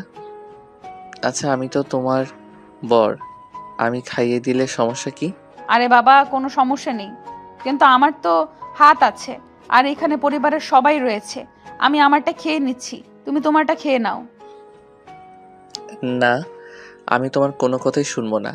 আগে আমি তোমাকে খাইয়ে দেব, তারপর আমি আমার নিজের খাবার খাবো। তাছাড়া তুমি মাছের কাঁটা বেছে খেতে পারবে না, গলায় কাঁটা বিঁধবে, তখন আমারই কষ্ট হবে। তুমি কি শুরু করেছো আমি সেটাই বুঝতে পারছি না। আমি কি ছোট বাচ্চা নাকি যে মাছের কাঁটা বেছে খেতে পারবো না? হ্যাঁ, বৌমা তো একদম ঠিক কথাই বলেছে। সে এখন যথেষ্ট বড় হয়েছে এবং নিজের খাবারটা নিজেই খেয়ে নিতে পারে। তাই আমার মনে হয় এখানে তোমার আধিক্যতা দেখানোর কোনো কিছুই নেই। বাবা, আমি আর আমার বউয়ের মাঝখানে একদম তুমি আসবে না। আমার বউয়ের গলায় কাঁটা বিঁধলে তোমার কষ্ট হবে না, আমার কষ্ট হবে। বুঝতে পেরেছো? হ্যাঁ, দুনিয়ায় তো তুমি একমাত্র পুরুষ যে কিনা একমাত্র বিয়ে করেছো। আর কোনো পুরুষ তো কোনোদিন বিয়ে করেনি। তাহলে আমরা বুঝবো কি করে সেটা তুমি বলো। তারপর নীলের বাবা আর কোনো কথা না বলে নিজের খাবারটা শেষ করেন এবং দ্রুত স্থান ত্যাগ করেন, কারণ তিনি খুব ভালোভাবে বুঝতে পারছেন এখন ছেলের সামনে থাকলে ওনার এসব আধিক্যতা দেখে মেজাজই খারাপ হয়ে যেতে পারে আর উল্টোপাল্টা কিছু বলতে পারে। এদিকে নীলা নিজের খাবারটা খাওয়ার চেষ্টা করলেও নীল তাকে সেটা করতে দিচ্ছিল না, নিজের হাতে নীলাকে খাইয়ে দিচ্ছিল। এভাবে কোনো ক্রমে খাবারের পালা শেষ হলো। খাওয়া দাওয়া শেষ হলে নীলা তার শাশুড়ি মাকে বলে, মা, আপনারা সবাই যার যার রুমে চলে যান, আমি রান্নাঘরের জিনিসপত্র গুছিয়ে তারপর আসছি। একদমই না। তুমি এসব কাজ করবে কেন? আমি তোমাকে বাড়ির বউ বানিয়ে নিয়ে এসেছি, চাকরানি নয়। এই, তুমি একদম বেশি কথা বলবে না। এটা এখন থেকে আমার সংসার, তাই আমাকে সবকিছু বুঝে নিতে হবে। আর এটা সামান্য একটা কাজ, তাই আমি এটা করতেই পারি। না, একদমই নয়। তুমি বাড়িতে কোনো কাজ করবে না। আমি প্রয়োজন হলে তোমার জন্য আরও একটা আলাদা কাজের মেয়ে রাখবো। ছেলের এমন কথা শুনে নীলের মা তার ছেলের বউকে বলে, থাক মা, তোমার কোনো কাজ করার প্রয়োজন নেই। বাড়িতে যা কাজ আছে সব আমি একাই করে নিতে পারবো। তাছাড়া আমাদের বাড়িতে দুটো হেল্পিং হ্যান্ড রয়েছে, তাই কোনো সমস্যা হবে না। তুমি রুমে যাও। কিন্তু মা, আমি বাড়ির বউ, আমার কি কোনো দায়িত্ব নেই? তোমার একমাত্র দায়িত্ব হলো সারাক্ষণ আমার কাছাকাছি থাকা, আমায় ভালোবাসা। আমার কিন্তু একদম মেজাজ খারাপ হয়ে যাচ্ছে। তুমি যাবে আমার সামনে থেকে? যাব তোকে তোমার সামনে থেকে নই, তোমাকে নিয়ে একদম রুমে চলে যাব। আর মা, তোমাকে একটা কথা বলার ছিল। আজ তো আমাদের বাসর রাত, তাহলে আমাদের ঘরটা এখনো সাজানো হলো না কেন? সবাই তো বিয়ে নিয়ে ব্যস্ত ছিলাম, তাই ডেকোরেশনের লোকের সঙ্গে কথা বলা হয়নি। আমি একটু আগে ফোন করেছি, তারা কিছুক্ষণের মধ্যেই চলে আসবে। আর রাত 10টা বাজার আর আগেই তোমার ঘর সাজিয়ে কমপ্লিট করে দেবে। এই কথাটা শোনা মাত্রই নীলের মুখে একরাশ বিরক্তির ছাপ দেখা দেয়। সে যেন কোনো কিছু বলতেও পারছে না আর সহ্য করতেও পারছে না। কি করবে সে নিজেই ভেবে পাচ্ছে না। তাই সে তার মাকে বলে, তোমাদের কি আক্কেল জ্ঞান বলতে কোনো কিছু কোনোদিন হবে না নাকি? আমি সবেমাত্র একটা বিয়ে করলাম, আর তোমরা আমাদের বাসর ঘরটাই সাজাতে ভুলে গেছো। আরে মা তো বললো ডেকোরেশনের লোকদের ফোন করে বলা হয়েছে তারা কিছুক্ষণের মধ্যেই চলে আসবে। তাহলে তুমি এইভাবে উত্তেজিত হচ্ছ কেন? তাহলে কি করব আমি? তুমি নিজেই সেটা বলো। জীবনে একটা মাত্র বিয়ে করলাম, আর এখন কিনা ঘর সাজানোর জন্য অপেক্ষা করতে হবে, আর ঘর সাজানো হওয়ার পর বাসর করতে যেতে হবে। এটা ভাবা যায়? নীলের এমন পাগলামি আর কথাবার্তা শুনে নীলার মেজাজ একদমই খারাপ হয়ে যাচ্ছিল। কিন্তু সে কি করবে? আজকে প্রথম দিন শ্বশুর বাড়িতে এসেছে, এখন তো মেজাজ দেখানো চলবে না। তাই সে কোনো রকমে নিজেকে কন্ট্রোল করে আর নীলকে বলে, প্লিজ তুমি নিজেকে একটু কন্ট্রোল করো। এইভাবে অধৈর্য হয়ে পড়ো না। এইভাবে অধৈর্য হয়ে পড়া কিন্তু আমার একদমই পছন্দ নয়।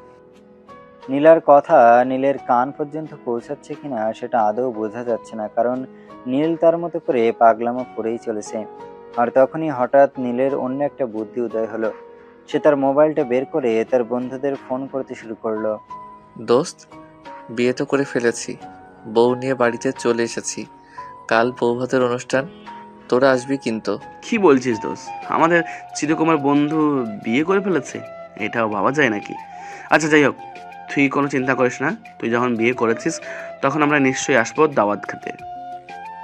হ্যাঁ, আরেকটা কথা বলে দিচ্ছি তোদের, আমার বউ কিন্তু আমেরিকা থেকে পড়াশোনা করে এসেছে এবং যথেষ্ট সুন্দরী। তোরা কিন্তু আবার ক্রাশ খেয়ে বসিস না। কি যে বলিস না দোস্ত, তোর বউয়ের উপর আমরা ক্রাশ খেতে যাবো কেন? আর তোর বউয়ের উপর যদি ক্রাশ খাই তাহলে আমাদের বউ আমাদেরকে ঘরে থাকতে দেবে? আচ্ছা ঠিক আছে, এখন রাখছি, কাল যথাসময়ে চলে আসিস। অতঃপর নীল তার একটার পর একটা বন্ধুকে ফোন করতেই থাকে আর এভাবেই বলতে থাকে। দেখতে দেখতে রাত প্রায় 10টার মতো বেজে গেল। এদিকে ডেকোরেশনের লোকদের কাজও শেষ হয়ে গেছে। আর তখনই তার মা সেখানে এসে বলে, এই লিন, তোমার ঘর সাজানোর কাজ শেষ। এবার চাইলে তুমি ঘরে যেতে পারো। বলো কি মা, ঘর সাজানোর কাজ শেষ? ওকেই। কথাটা বলেই নীল আর এক সেকেন্ডও দেরি না করে নীলাকে সেখান থেকেই পাঁজা কোলে তুলে নেয় এবং হন্তদন্ত হয়ে নিজের রুমে ছুটে যায়। নীলের এমন ভাব দেখে নীলা বলে, এই, তুমি কি আসলে মানুষ নাকি অন্য কিছু? আমি তো সেটাই বুঝতে পারছি না। মানুষ কতটা নির্লজ্জ হলে এরকম কাজ করতে শুরু করে, আমার তো সেটাই জানা নেই। আরে আমি অত কিছু জানি না, আর জানতেও চাই না। তুমি কি জানো আর কি জানতে চাও সেটা আমায় বলো তো। আজ আমাদের বাসর রাত। সারা রাত আমি তোমাকে অনেক আদর করব, সারা রাত গল্প করব, আর না ঘুমিয়ে কাটিয়ে দেব। তোমার মাথায় এইসব কথা কে ঢুকিয়েছে এটা আমায় বলো তো। কে আবার ঢুকাবে? আমার বন্ধুরা আছে না, তারা তো সবাই বিয়ে করেছে, অনেক দিন হয়েছে, সবারই তো 2-1টা করে বাচ্চা কাচ্চা আছে। কিন্তু আমি তো বিয়েটাই করতে পারলাম না, তাই আমার বন্ধুরা আমাকে এসব শিখিয়েছে।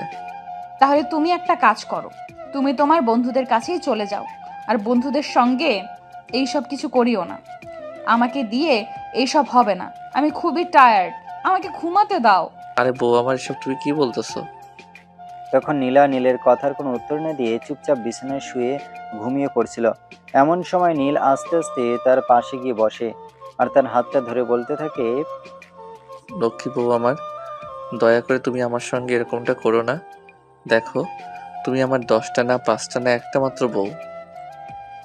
তুমি যদি আমার সঙ্গে এরকম করো তাহলে আমি কোথায় যাব? তোমার কি যে আমি তোমার সঙ্গে কি রকম ব্যবহার করি যাতে তুমি খুশি হও? আজ তো আমাদের বাসর রাত, তাই না? আমি চাইবো আজ রাত তুমি ঘুমাবে না, সারা রাত আমার সঙ্গে গল্প করবে, আমায় আদর করবে, ভালোবাসা দিবে। ও তাই নাকি? আচ্ছা ঠিক আছে, কোনো সমস্যা নেই। তুমি আমাকে একটা কথা বলো তো, এর আগে তুমি কয়জনের আদর ভালোবাসা নিয়েছো? আরে তবা তবা, আস্তাগফিরুল্লাহ, এগুলো তুমি কি বলছো? আমি তো ভাবতেই পারছি না, যেখানে আমি একটা প্রেম পর্যন্ত করলাম না, আর সেখানে তুমি বলছো কয়জনের ভালোবাসা নিয়েছি। এই কথাগুলো তুমি আমাকে বলতে পারলে? না, এই যে তুমি বাসর ঘরে প্রবেশ করার আগেই বউয়ের আদর ভালোবাসা পাওয়ার জন্য একদম উতলা হয়ে উঠেছো, তাই বললাম আর কি। তখন নীল অনেকটা অভিমানী সুর নিয়ে রুম থেকে বের হয়ে ব্যালকনিতে চলে যায়। ব্যালকনিটা তার রুমের সঙ্গে অ্যাডজাস্ট ছিল, তাই নীলা তার পিছনে পিছনে গিয়ে তার পাশে দাঁড়ায় আর বলতে থাকে, কি ব্যাপার, তুমি বুঝি আমার সঙ্গে রাগ করে এখানে এসে দাঁড়িয়ে আছো? না তো, সেরকমটা কেন হবে? আমি তোমার উপর কেন রাগ করতে যাব? তুমি তো আমার একটা মাত্র বউ, আর বউয়ের উপর কখনো রাগ করা চলে? তাহলে তুমি হঠাৎ করে আমাকে কোনো কিছু না বলে এখানে চলে এলে কেন? আকাশ দেখতে ইচ্ছে হচ্ছিল, তোমাকে বললে তো তুমি আসতে না, তাই আমি একাই আসলাম। এখন দেখা শেষ হয়েছে? তখন নীল বলে, নীলা যদি তার পাশে দাঁড়িয়ে থাকে তাহলে সে আরো কিছুক্ষণ আকাশ দেখবে, কিন্তু নীলা তাকে সেটা করার সুযোগ না দিয়ে বলে, না মহাশয়, সেটা হবে না। আপনি এক্ষুনি আমার সঙ্গে রুমে যাবেন। তখন নীলা আর কোনো কথা না বলে চুপচাপ নীলার রুমে চলে আসে, কারণ সে চায় না নীলা রেগে যাক। তার ভালোবাসার মানুষটি সব সময় তার সঙ্গে মধুময় ব্যবহার করুক, এটাই তার চাওয়া। তাই সে নীলার সঙ্গে কোনো রকম তর্কে জড়ায় না। নীল রুমে এসে বিছানা পেতে শুয়ে পড়তে চাইছিল, এমন সময় নীলা তাকে বলে, কি ব্যাপার, তুমি ঘুমানোর প্রস্তুতি কেন নিচ্ছ? বাসর রাতে বউ যদি তার সঙ্গে রোম্যান্স করার পারমিশন না দেয় তাহলে কি করতে পারি সেটা তুমিই বলো। আচ্ছা, তুমি এত বোকা কেন? কোন হাদিসে লেখা আছে বউয়ের কাছ থেকে পারমিশন নিয়ে তাকে আদর করতে হবে? কোন হাদিসে লেখা আছে কিনা সেটা আমি জানি না, আর সত্যি বলতে জানতেও চাই না, কিন্তু আমি শুধু একটা কথাই জানি, যে আমি আমার বউয়ের ইচ্ছায় বেঁচে তো কোনো কিছুই করতে চাই না। হয়েছে, এবার আর ন্যাকা সাজতে হবে না, একটু কাছে এসো। কথাটা বলেই নীলা নীলের আরো কাছে এসে বসে আর সে আস্তে আস্তে নীলের হাতটা তার বুকের ওপর রাখে। নীল তখন দেখতে পায় নীলার বুকে একদম ধড়ফড়ানি শুরু হয়ে গেছে, তাই সে নীলাকে বলে, কি ব্যাপার, তোমার কি শ্বাসকষ্টের সমস্যা আছে নাকি? তুমি এত কিছু বোঝো আর এটা বোঝো না? এটাকে শ্বাসকষ্ট বলে না। এই প্রথমবার জীবনে কোনো পুরুষ মানুষের ছোঁয়া পেয়েছি তো, তাই একটু এরকম লাগছে। আস্তে আস্তে ঠিক হয়ে যাবে। ও তাই নাকি? তার মানে তুমি আমাকে এটা বোঝাতে চাইছো যে তোমায় যদি বেশি আদর করি তাহলে তোমার ওইসব ঠিক হয়ে যাবে, তাই না? হাদারাম একটা, যেন কোনো কিছুই বোঝো না, ফিটার খায়। নীল নীলাকে কাছে টেনে নেয় আর তাকে আদর করতে শুরু করে। সে যেই না নীলার কানের কাছে মুখটা নিতে চায় তখনই চোখ পড়ে তার নীলার ঘাড়ের দিকে। নীলার ঘাড়ে ভীষণ সুন্দর একটা তিল। সেটা থেকে নীল বলে, এই নীলা, তোমার ঘাড়ে তো অনেক সুন্দর একটা তিল। হ্যাঁ, ছোটবেলায় যখন আমার মা আমাকে গোসল করিয়ে দিত তখন মা প্রায়ই বলতো আমার গায়ের তিলটা নাকি অনেক সুন্দর, কিন্তু দুর্ভাগ্যবশত সেইটা আমার ঘাড়ে হওয়ার কারণে আজ পর্যন্ত নিজের চোখে দেখতে পারলাম না আসলেই কতটা সুন্দর। হ্যাঁ নীলা, তোমার মা একদম ঠিক কথাই বলতো। এই তিলটা তোমার পুরো ঘাড়টাকে অন্যরকম করে দিয়েছে। কথাটা বলে নীল সেই জায়গাটাতে আলতো করে একটা কিস করে। আর তখনই নীলার পুরো শরীর কেঁপে ওঠে। এটা কি করছো? এভাবে কেউ কিস করে? আমি পাগল হয়ে যাব তো। আমার মেন্টাল হসপিটালে তোমায় ভর্তি করিয়ে দেব, নো টেনশন। কথাটা বলে নীল আস্তে আস্তে নিচের দিকে যেতে থাকে।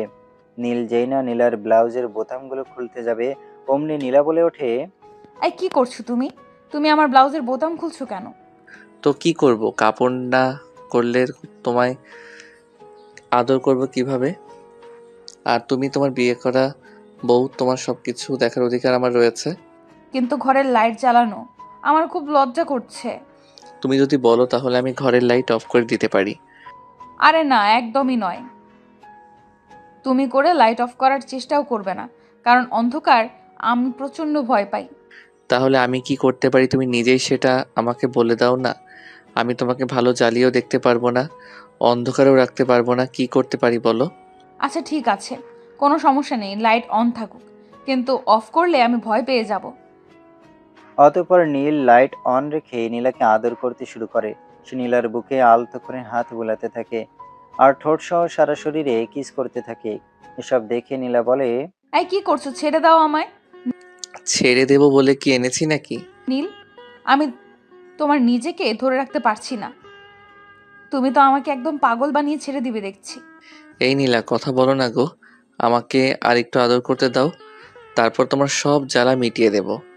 অতঃপর নীলা আর কোনো কথা না বলে নীলের সঙ্গে রেসপন্স করতে থাকে। এদিকে দেখতে দেখতে দুজনেরই সময় আসন্ন হয় এবং তারা ভালোবাসার গভীর সমুদ্রে তলিয়ে যায়। তাদের ভালোবাসার আদান প্রদান শেষ হলে একে অপরকে জড়িয়ে ধরে ঘুমিয়ে পড়ে।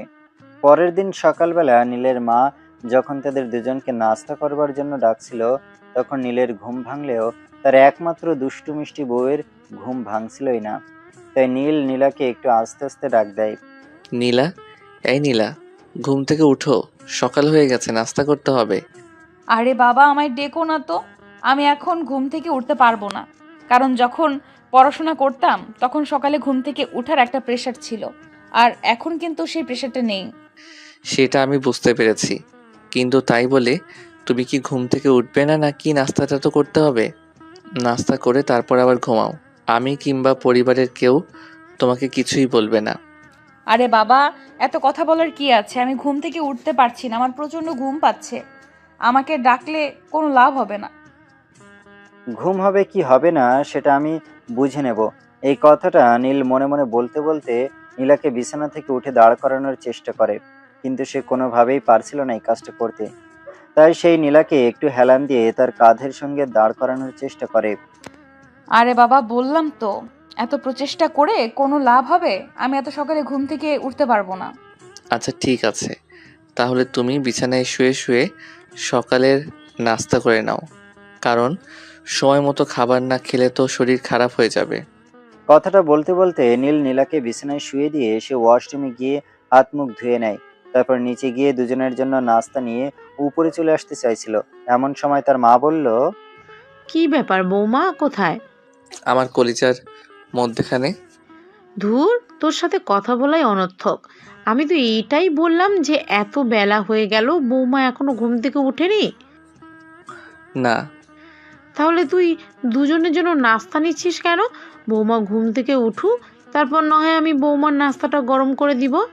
আচ্ছা তোমরা কি ভাবো বলো তো, আমি একা একা খেয়ে তারপর এখান থেকে চলে যাব আর আমার বউটা না খেয়ে কষ্ট করবে? ও মা, আমরা সেই কথা কখন বললাম যে বৌমাকে না খেয়ে কষ্ট করতে হবে? তুই তো নিজেই বললি বৌমা এখনো ঘুম থেকে ওঠেনি, তাহলে এখানে আমাদের দোষটা কোথায়? আমি তো সেটাই বুঝতে পারছি না। হ্যাঁ, সে এখনো ঘুম থেকে ওঠেনি, কিন্তু তাই বলে না খেয়ে থাকতে হবে নাকি? সে ঘুমাবে আর আমি তাকে ঘুমের মধ্যেই খাইয়ে দেব? তোর মতো বউ পাগল ছেলে আমি জীবনে দ্বিতীয়টা দেখছি কিনা সন্দেহ আছে। হ্যাঁ, সে তোমার আমাকে যা ইচ্ছে তাই বলো, আমি কোনো কিছুই বলবো না। অতঃপর নীল তার মাকে আর কোনো কথা বলার সুযোগ না দিয়ে নাস্তার প্লেট দুটো নিয়ে রুমে চলে আসে আর নীলাকে আধ ঘুমন্ত অবস্থাতেই নাস্তা খাইয়ে দেয়। এদিকে আজ তাদের বিয়ে রিসেপশনের আয়োজন করা হয়েছে।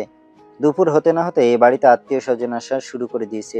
নীলার যখন ঘুম ভাঙলো তখন দুপুর প্রায় 12:30টার মতো বাজে, আর তখনই তার ছোট বোন নিশির phone. Hello my dear sweet sister, how are you? এই তো আছি ভালোই। তোর কি অবস্থা? আর আজকে রিসেপশনে আসছিস তো?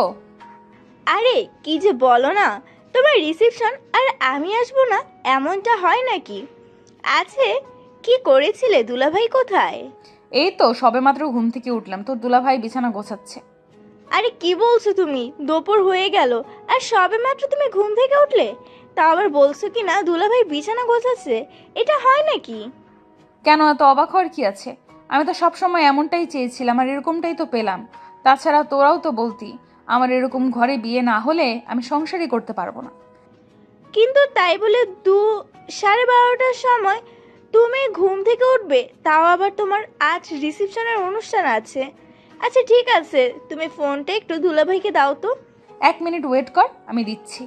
ততক্ষণে নীলের বিছানা গোছানো প্রায় শেষ, তাই নীলা তাকে ডাক দিয়ে বলে, এই নাও, তোমার একমাত্র আদরের শালিকা ফোন করেছে, তার সঙ্গে কথা বলবে। কই দাও দেখি। হ্যালো মাই ডিয়ার সুইট শালিকা, কি অবস্থা?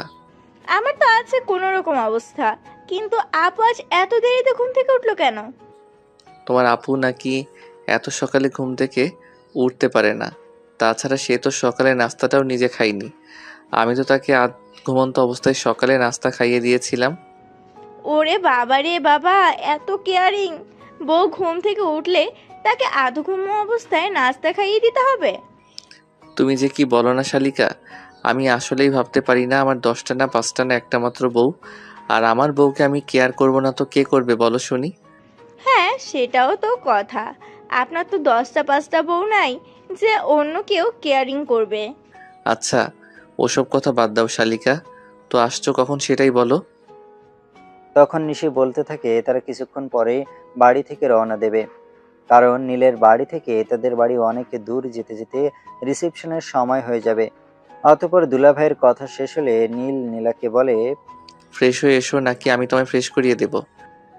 না মহাশয়, সেটার কোনো প্রয়োজন হবে না, কারণ আমি খুব ভালো করেই জানি এখন আমি যখন ফ্রেশ হতে যাব তখন যদি আপনি আমার সামনে থাকেন আর আমাকে বিবস্ত্র অবস্থায় দেখতে পান, তখন তো আপনার আবার উল্টাপাল্টা কিছু করতে মন চাইবে। কিন্তু আজ তো রিসেপশন আছে, তাই এইসব করা এখন আর চলবে না, বুঝতে পেরেছেন? হ্যাঁ সেটাও সঠিক, কিন্তু তোমার যদি কোনো সমস্যা হয় তাহলে আমি রুমেই আছি, আমায় ডেকে নিও। অতঃপর নীল নীলাকে তার কাপড় চোপড় দেয়াল সব গুছিয়ে দেয়, আর নীলা এইসব কিছু নিয়ে ওয়াশরুমে প্রবেশ করে। প্রায় আধা ঘন্টা পরে নীলা ওয়াশরুম থেকে বের হয়, আর তখনই তাদের রুমের দরজার সামনে কারোর গলার আওয়াজ শোনা যায়। এই নীল, দরজাটা খোল, বৌমা ঘুম থেকে উঠেছে। হ্যাঁ, এই তো নীলা ফ্রেশ হয়ে এসেছে, কেন কি হয়েছে? কথাটা বলতে বলতে নীল রুমের দরজা খুলে দিল, আর তার মা ভিতরে প্রবেশ করে, সঙ্গে একজন অল্প বয়সী রমণী। তাকে দেখেই নীল বলে ওঠে, কি ব্যাপার, এতদিন আমি বিয়ে করতে চাইছিলাম আর তোমরা আমাকে বিয়ে করাতে চাইলে না, আর এখন গতকাল একটা বিয়ে করে নিয়ে আসলাম, আজকে আবার এক সুন্দরী রমণীকে আমার সামনে দাঁড় করাচ্ছ কেন বলো তো? তুই জীবনেও মানুষ হবি বলে আমার মনে হয় না। এটা পার্লারের মেয়ে, তোর বাবা ওকে আসতে বলেছিল। ও, আমি বিষয়টা বুঝতে পেরেছি, কিন্তু আমার প্রশ্ন হলো, পার্লারের মেয়ে আমাদের বাড়িতে কেন? সে এখানে থাকবে নাকি? নীলের এমন পাগলামি কথায় তার মা প্রচন্ড ক্ষেপে গিয়ে বলতে থাকে, এইটা আমাদের বাড়ি নাকি অনাথ আশ্রম যে এখানে রাস্তার মানুষকে তুলে এনে জায়গা দেওয়া হবে? আমি যতদূর জানতাম এটা আমাদের বাড়ি, কিন্তু তোমরা যে অনাথ আশ্রম বানাতে চাইছো সেটা তোমার জানা ছিল না। যাই হোক, আর কিছু বলবে? আমি তোকে বলবো না, বৌমাকে বলতে এসেছি, সর আমার সামনে থেকে। এই কথাটা বলে নীলের মা নীলকে সামনে থেকে ধাক্কা দিয়ে সরিয়ে দিয়ে নীলার কাছে চলে যায়। আর তারপর তিনি নীলাকে বলতে থাকেন, বৌমা, তোমার শ্বশুরমশাই এই মেয়েটাকে পার্লার থেকে বুকিং করে রেখেছিল তোমাদের বৌভাতের অনুষ্ঠানে তোমাকে সাজাবে বলে। মেয়েটা চলে এসেছে, তুমি রেডি তো? হ্যাঁ মা, আমি একদম রেডি। এই তো ফ্রেশ হয়ে আসলাম। আচ্ছা মা, সকালবেলা তো আমি ঘুম থেকে উঠতে পারিনি। আপনারা সবাই সকালের নাস্তা করেছিলেন তো? আরে তুমি তো বড় স্বার্থপর, আমি তোমাকে এত কষ্ট করে নাস্তা খাইয়ে দিলাম, তুমি আমাকে জিজ্ঞাসা করলে না আমি নাস্তা খেয়েছি কিনা, আর বাড়ির সবার কথা জিজ্ঞাসা করছো। আচ্ছা বাবা, ঠিক আছে, আমার ভুল হয়ে গেছে। আর কখনোই আমি কারোর কথা জিজ্ঞেস করব না। এখন তুমি রুম থেকে বের হও। আরে বউ, তুমি এভাবে কথা বলছো কেন? আমি কেন রুম থেকে বের হব? তুমি দেখতে পাচ্ছ তো পার্লার থেকে মেয়েটা আমাকে সাজাতে এসেছে। তুমি যদি রুম থেকে বের না হও তাহলে মেয়েটা তার কাজ শুরু করবে কিভাবে? না বাবা, আমি রুম থেকে উত্তর বের হতে পারবো না। আমি রুম থেকে চলে গেলে মেয়েটা তোমাকে কিভাবে না কিভাবে সাজিয়ে দিয়ে চলে যাবে, আর তখন বন্ধুদের সামনে আমার মান সম্মান থাকবে না। তাই আমি তোমার সামনে বসে থেকে সবকিছু দেখব। তখনই নীলের বাবা সেখানে এসে উপস্থিত হয় আর নীলকে মুখ ভেঙচি দিয়ে বলে, না, সেটা হবে না। এই মেয়েটা যথেষ্ট স্বনামধন্য একটা পার্লারে চাকরি করে, আর আমি তার রিভিউ দেখে কন্ট্যাক্ট করেছি। কিন্তু বাবা, তাই বলে আমি বউকে রুমে একা রেখে বাইরে চলে যাব? তুই যাবি নাকি আমি তোকে ঘাড় ধাক্কা দিয়ে রুম থেকে বের করে দিব? সেটা হলে তুই খুশি হবি? তোমরা আমার সঙ্গে কেন এরকমটা করছো? আমি তো সেটাই বুঝতে পারছি না। এটা আমার বাড়ি, আমার রুম, আর তোমরা এখানেই আমাকে হুমকি দিচ্ছ। এতক্ষণ তো শুধু মুখে বলেছি, আর তুই যদি এখন আমাদের কথা না শুনিস তাহলে হয়তো হাত চালাতেও বাধ্য হব। না বাবা, তোমরা দয়া করে এরকম কিছু করো না, তাহলে বউয়ের সামনে মান ইজ্জত বলতে আর কোনো কিছুই থাকবে না। তাহলে রুম থেকে বের হও বলছি। তখন নীল আর কোনো উপায়ান্তর না দেখে রুম থেকে বের হয়ে ছাদে চলে যায়। অপরদিকে তার মা ও বাবা পার্লারের মেয়েকে কিভাবে সাজিয়ে দিতে হবে সেটা বুঝিয়ে দিয়ে রুম থেকে চলে যায়। এদিকে ছাদে বসে বসে নিজের মাথায় যত উদ্ভট বুদ্ধি চিন্তা আসছে। যদি ভালো মেয়ের সাজানো তার পছন্দ না হয় তাহলে সে নিজেই তার বউকে সাজিয়ে নেবে। আরও বেলা বেলা বেলা। এদিকে দেখতে দেখতে তার বউয়ের সাজ কমপ্লিট হয়ে যায় আর পার্লারের মেয়েটা নীলের মায়ের কাছ থেকে পেমেন্ট নিয়ে চলে যায়। আর তখন তার মা তাকে ডাকতে আসে। এই নীল, এবার রুমে গিয়ে দেখ তো তোর বইয়ের সাজ পছন্দ হয়েছে কিনা। আচ্ছা ঠিক আছে, যাচ্ছি। কথাটা বলতে বলতে নীল রুমে প্রবেশ করে এবং রুমে ঢুকেই তো সে একদম শিহরিত। সে যেন নিজের বউকে চিনতেই পারছে না, তাই চিৎকার করে বলে ওঠে, এই মেয়েকে তুমি আর এখানে আসলে কিভাবে? এই তুমি পাগল হয়ে গেলে নাকি? আমাকেই চিনতে পারছো না? আমি তোমার বউ নীলা। তুমি নীলা? ও আচ্ছা, যাই হোক, আমি এতক্ষণে বিষয়টা বুঝতে পেরেছি। আসলে তুমি তো এমনিতেই অনেক সুন্দরী, মেকআপ করার পর আর তোমাকে চেনাই যাচ্ছিল না। এখন তুমি একটু চট করে রেডি হয়ে নাও দেখি, এইদিকে তো রিসেপশনের সময় হয়ে যাচ্ছে। হ্যাঁ, তুমি জাস্ট 2 মিনিট ওয়েট করো, আমার আবার রেডি হতে এত সময় লাগে না। কথাটা বলতে বলতে নীল আলমারি থেকে পাঞ্জাবিটা বের করে পরে নিল আর সেই সঙ্গে হাতে একটা ঘড়ি আর একটু পারফিউম লাগিয়ে দিল। সেই সঙ্গে একটু চুলটাকে সেট করে নিল আর তারপর নীলার দিকে তাকিয়ে বলতে লাগলো, দেখো তো আমায় কেমন লাগছে। মাশাল্লাহ, তোমাকে অনেক সুন্দর লাগছে। এদিকে দেখতে দেখতে রিসেপশনের সময় হয়ে এসেছে। নীল এবং নীলা দুজনে রিসেপশনের অনুষ্ঠানে যাওয়ার জন্য প্রস্তুত। আর তখনই নীলার একমাত্র ছোট বোন নিশি এসে সেখানে উপস্থিত হয় আর তাদের দুজনকে একসঙ্গে দেখেই বলে ওঠে, মাশাআল্লাহ, একদম পারফেক্ট জুটি। আল্লাহ তাআলা তোমাদের দুজনের দুজনকে সৃষ্টি করেছিলেন হয়তো। এ আমার সংসারে নজর দিবি না বলে দিলাম। আরে আমি তোমার ছোট বোন, আমি কি তোমার সতীন নাকি যে তোমার সংসারে নজর দিতে যাব? একদম চিন্তা করো না দুলা ভাই, কিন্তু তোমায় বড্ড ভালোবাসে। যাই হোক, নিচে চলো, সবাই চলে এসেছে, তোমাদের জন্য ওয়েট করছে। অতঃপর নিশি তাদের দুজনকে অনুষ্ঠানে চলে যায়। দেখতে দেখতে নীলের সকল বন্ধু বান্ধব সেখানে চলে আসে আর নীল তাদের সবার সঙ্গে নীলাকে পরিচয় করিয়ে দিতে থাকে। দোস্ত, ভাবে কিন্তু আসলেই মাশাআল্লাহ অনেক সুন্দরী। এই দেখ, তোদেরকে আগেই বলে দিয়েছি, যাই কিছু করিস না কেন আমার বউয়ের দিকে কিন্তু একদম নজর দিবি না, তাহলে কিন্তু তোদের কপালে খারাপ আছে বলে দিলাম। আরে বাল, তোর সঙ্গে কোনো কথাই বলা যায় না। আমাদের ঘরেও তো বউ আছে, তোর বউয়ের সাথে একটু বিশেষ করতে গেলে আমাদের কপালে যে কতটুকু খারাপ হবে সেটা তো তুই ভাবতেও পারিস না। আচ্ছা যাই হোক, শোন, যেটা তোদের বলতে চাই, আমি তাদের বিয়েতে দাওয়াত খেতে খেতে তোদের কাছে ঋণী হয়ে গেছি। তোদের আজ যার যেরকম ইচ্ছা হয় সেরকম খেয়ে যাবি কিন্তু। সেটা আর তোকে কষ্ট করে বলতে হবে না দোস্ত, সেই ব্যাপারে আমি একদম অ্যালার্ট। আর তুই তো খুব ভালো করেই জানিস যে আমি মোটামুটি ভালোই খেতে পারি। হ্যাঁ, সেটার বলতে। যাই হোক, আমার বউটা একা একা দাঁড়িয়ে আছে, আমি আমার বউয়ের কাছে যাই। এই কথাটা বলে নিলয়কে আর কোনো কথা বলার সুযোগ না দিয়ে নীল সেখান থেকে সোজা নীলার কাছে চলে আসে আর নীলার পাশে দাঁড়িয়ে বলে, কি ব্যাপার, অনেকক্ষণ ধরে একা একা দাঁড়িয়ে আছো? আমায় মিস করছিলে নাকি? আচ্ছা, তোমার কি এইসব ছাড়া আর কোনো কথা নেই নাকি? আমি তো সেটাই বুঝতে পারছি না, সারাক্ষণ শুধু এইসব ফাজলামো মার্কা কথাবার্তা। আরে ফাইজলামো আমি কখন করলাম? আমি তো অনেকক্ষণ ধরে তোমার পাশে নেই, তাই বলছিলাম তুমি আমাকে মিস করছিলে কিনা। তখনই পাশ দিয়ে নীলার ছোট বোন হেঁটে যাচ্ছিল। তাদের এরকম কথাবার্তা শুনে এসে বলে, কি ব্যাপার দুলা ভাই, বউকে চোখে হারাচ্ছেন নাকি? হ্যাঁ, সে আর বলতে, তুমি তো খুব ভালো করেই জানো যে আমার একটা মাত্র বউ। বউকে যদি চোখে না হারাই তাহলে কাকে চোখে হারাবো তুমি বলো? তাহলে একটা কাজ করুন না, এখানে দাঁড়িয়ে দাঁড়িয়ে সময় কেন নষ্ট করছেন? বউকে নিয়ে রুমে চলে যান আর দুজন পার্সোনাল টাইম কাটান। তখনই নীলা নিশির মাথায় একটা থাপ্পড় মেরে বলতে থাকে, এই, তোদের দুটোর মাথায় কি শয়তানি বুদ্ধি ছাড়া আর কোনো কিছুই নেই নাকি রে? আরে আমি আবার কি করলাম? তুমি আমাকে মারলে কেন? দুলাভাই বলছিল তাই তো বললাম। দেখতে পাচ্ছিস এখানে কত মানুষজন, আর এখানে তোদের এইসব কথাবার্তা বলতে একদমই লজ্জা করে না নাকি? যাক বাবা, তোমাদের যা ইচ্ছে তোমরা তাই করো। আমি আর এখানে এক মুহূর্ত দাঁড়াচ্ছি না, কারণ এখানে দাঁড়িয়ে দাঁড়িয়ে মার খাওয়ার মতো কোনো ইচ্ছে আমার নেই।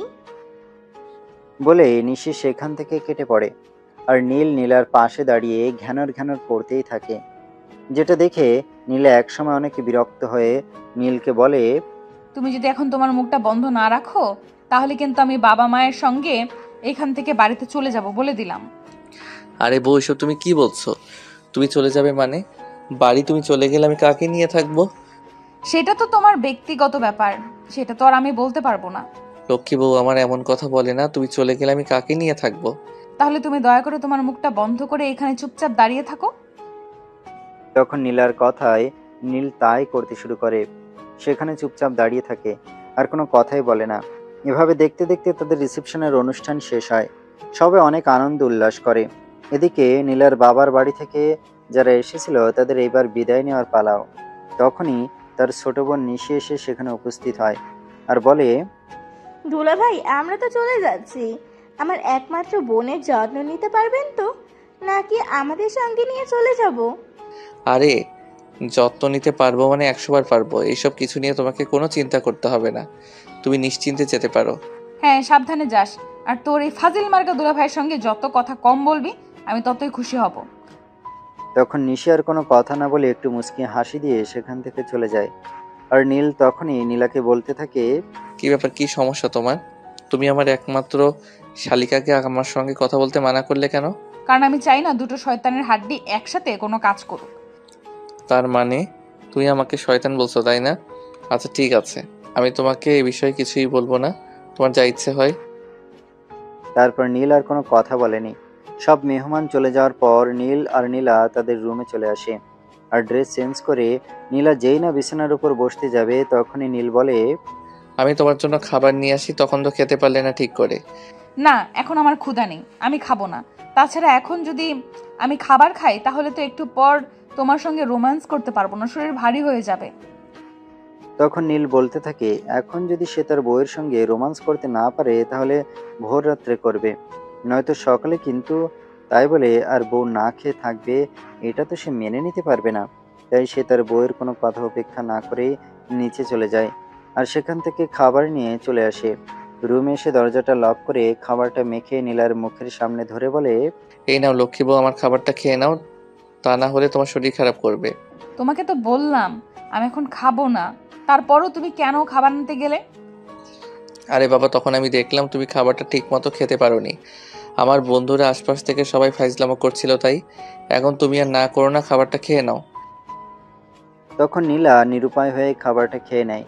কারণ সে খুব ভালো করে জানে এখন যদি সে না বলে তাহলে নীল তার কোনো কথাই শুনবে না। সে জোর করে হলেও নীলাকে খাবারটা খাইয়ে দেবে।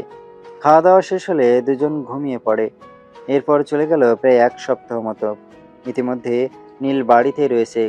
অফিস বা অন্য কোনো কাজের ক্ষেত্রে থাকে তেমন দেখা যায়নি।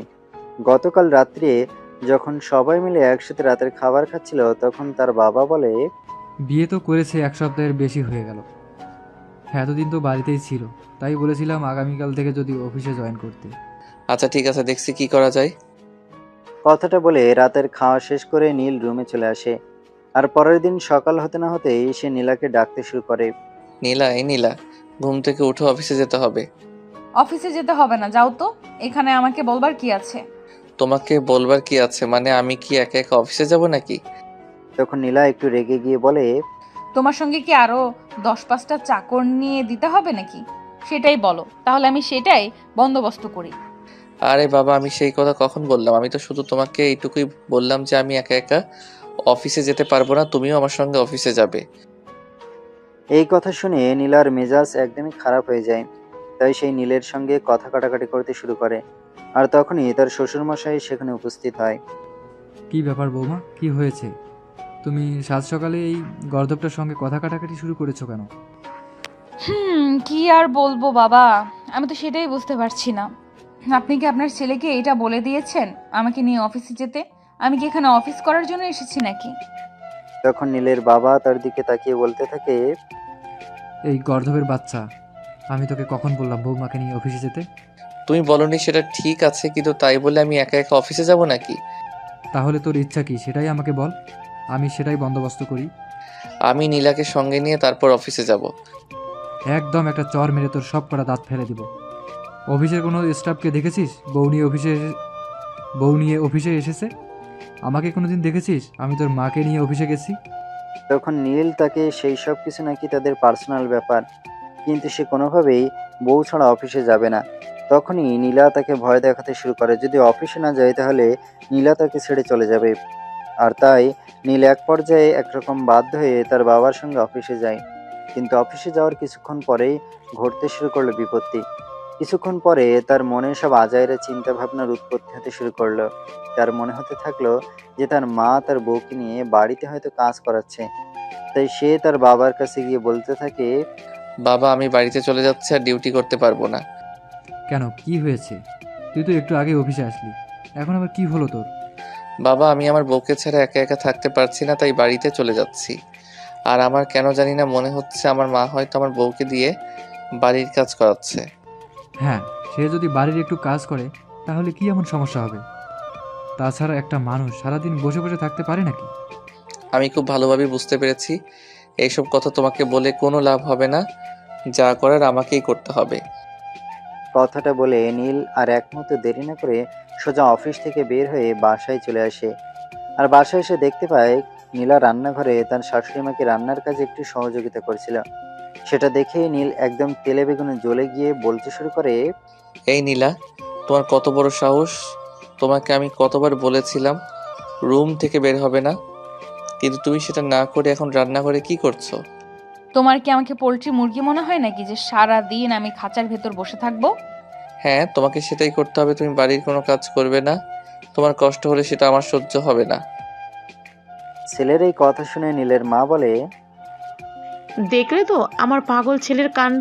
তাই তো তোমাকে আগেই বলেছিলাম এখানে আসার কোনো প্রয়োজন নেই।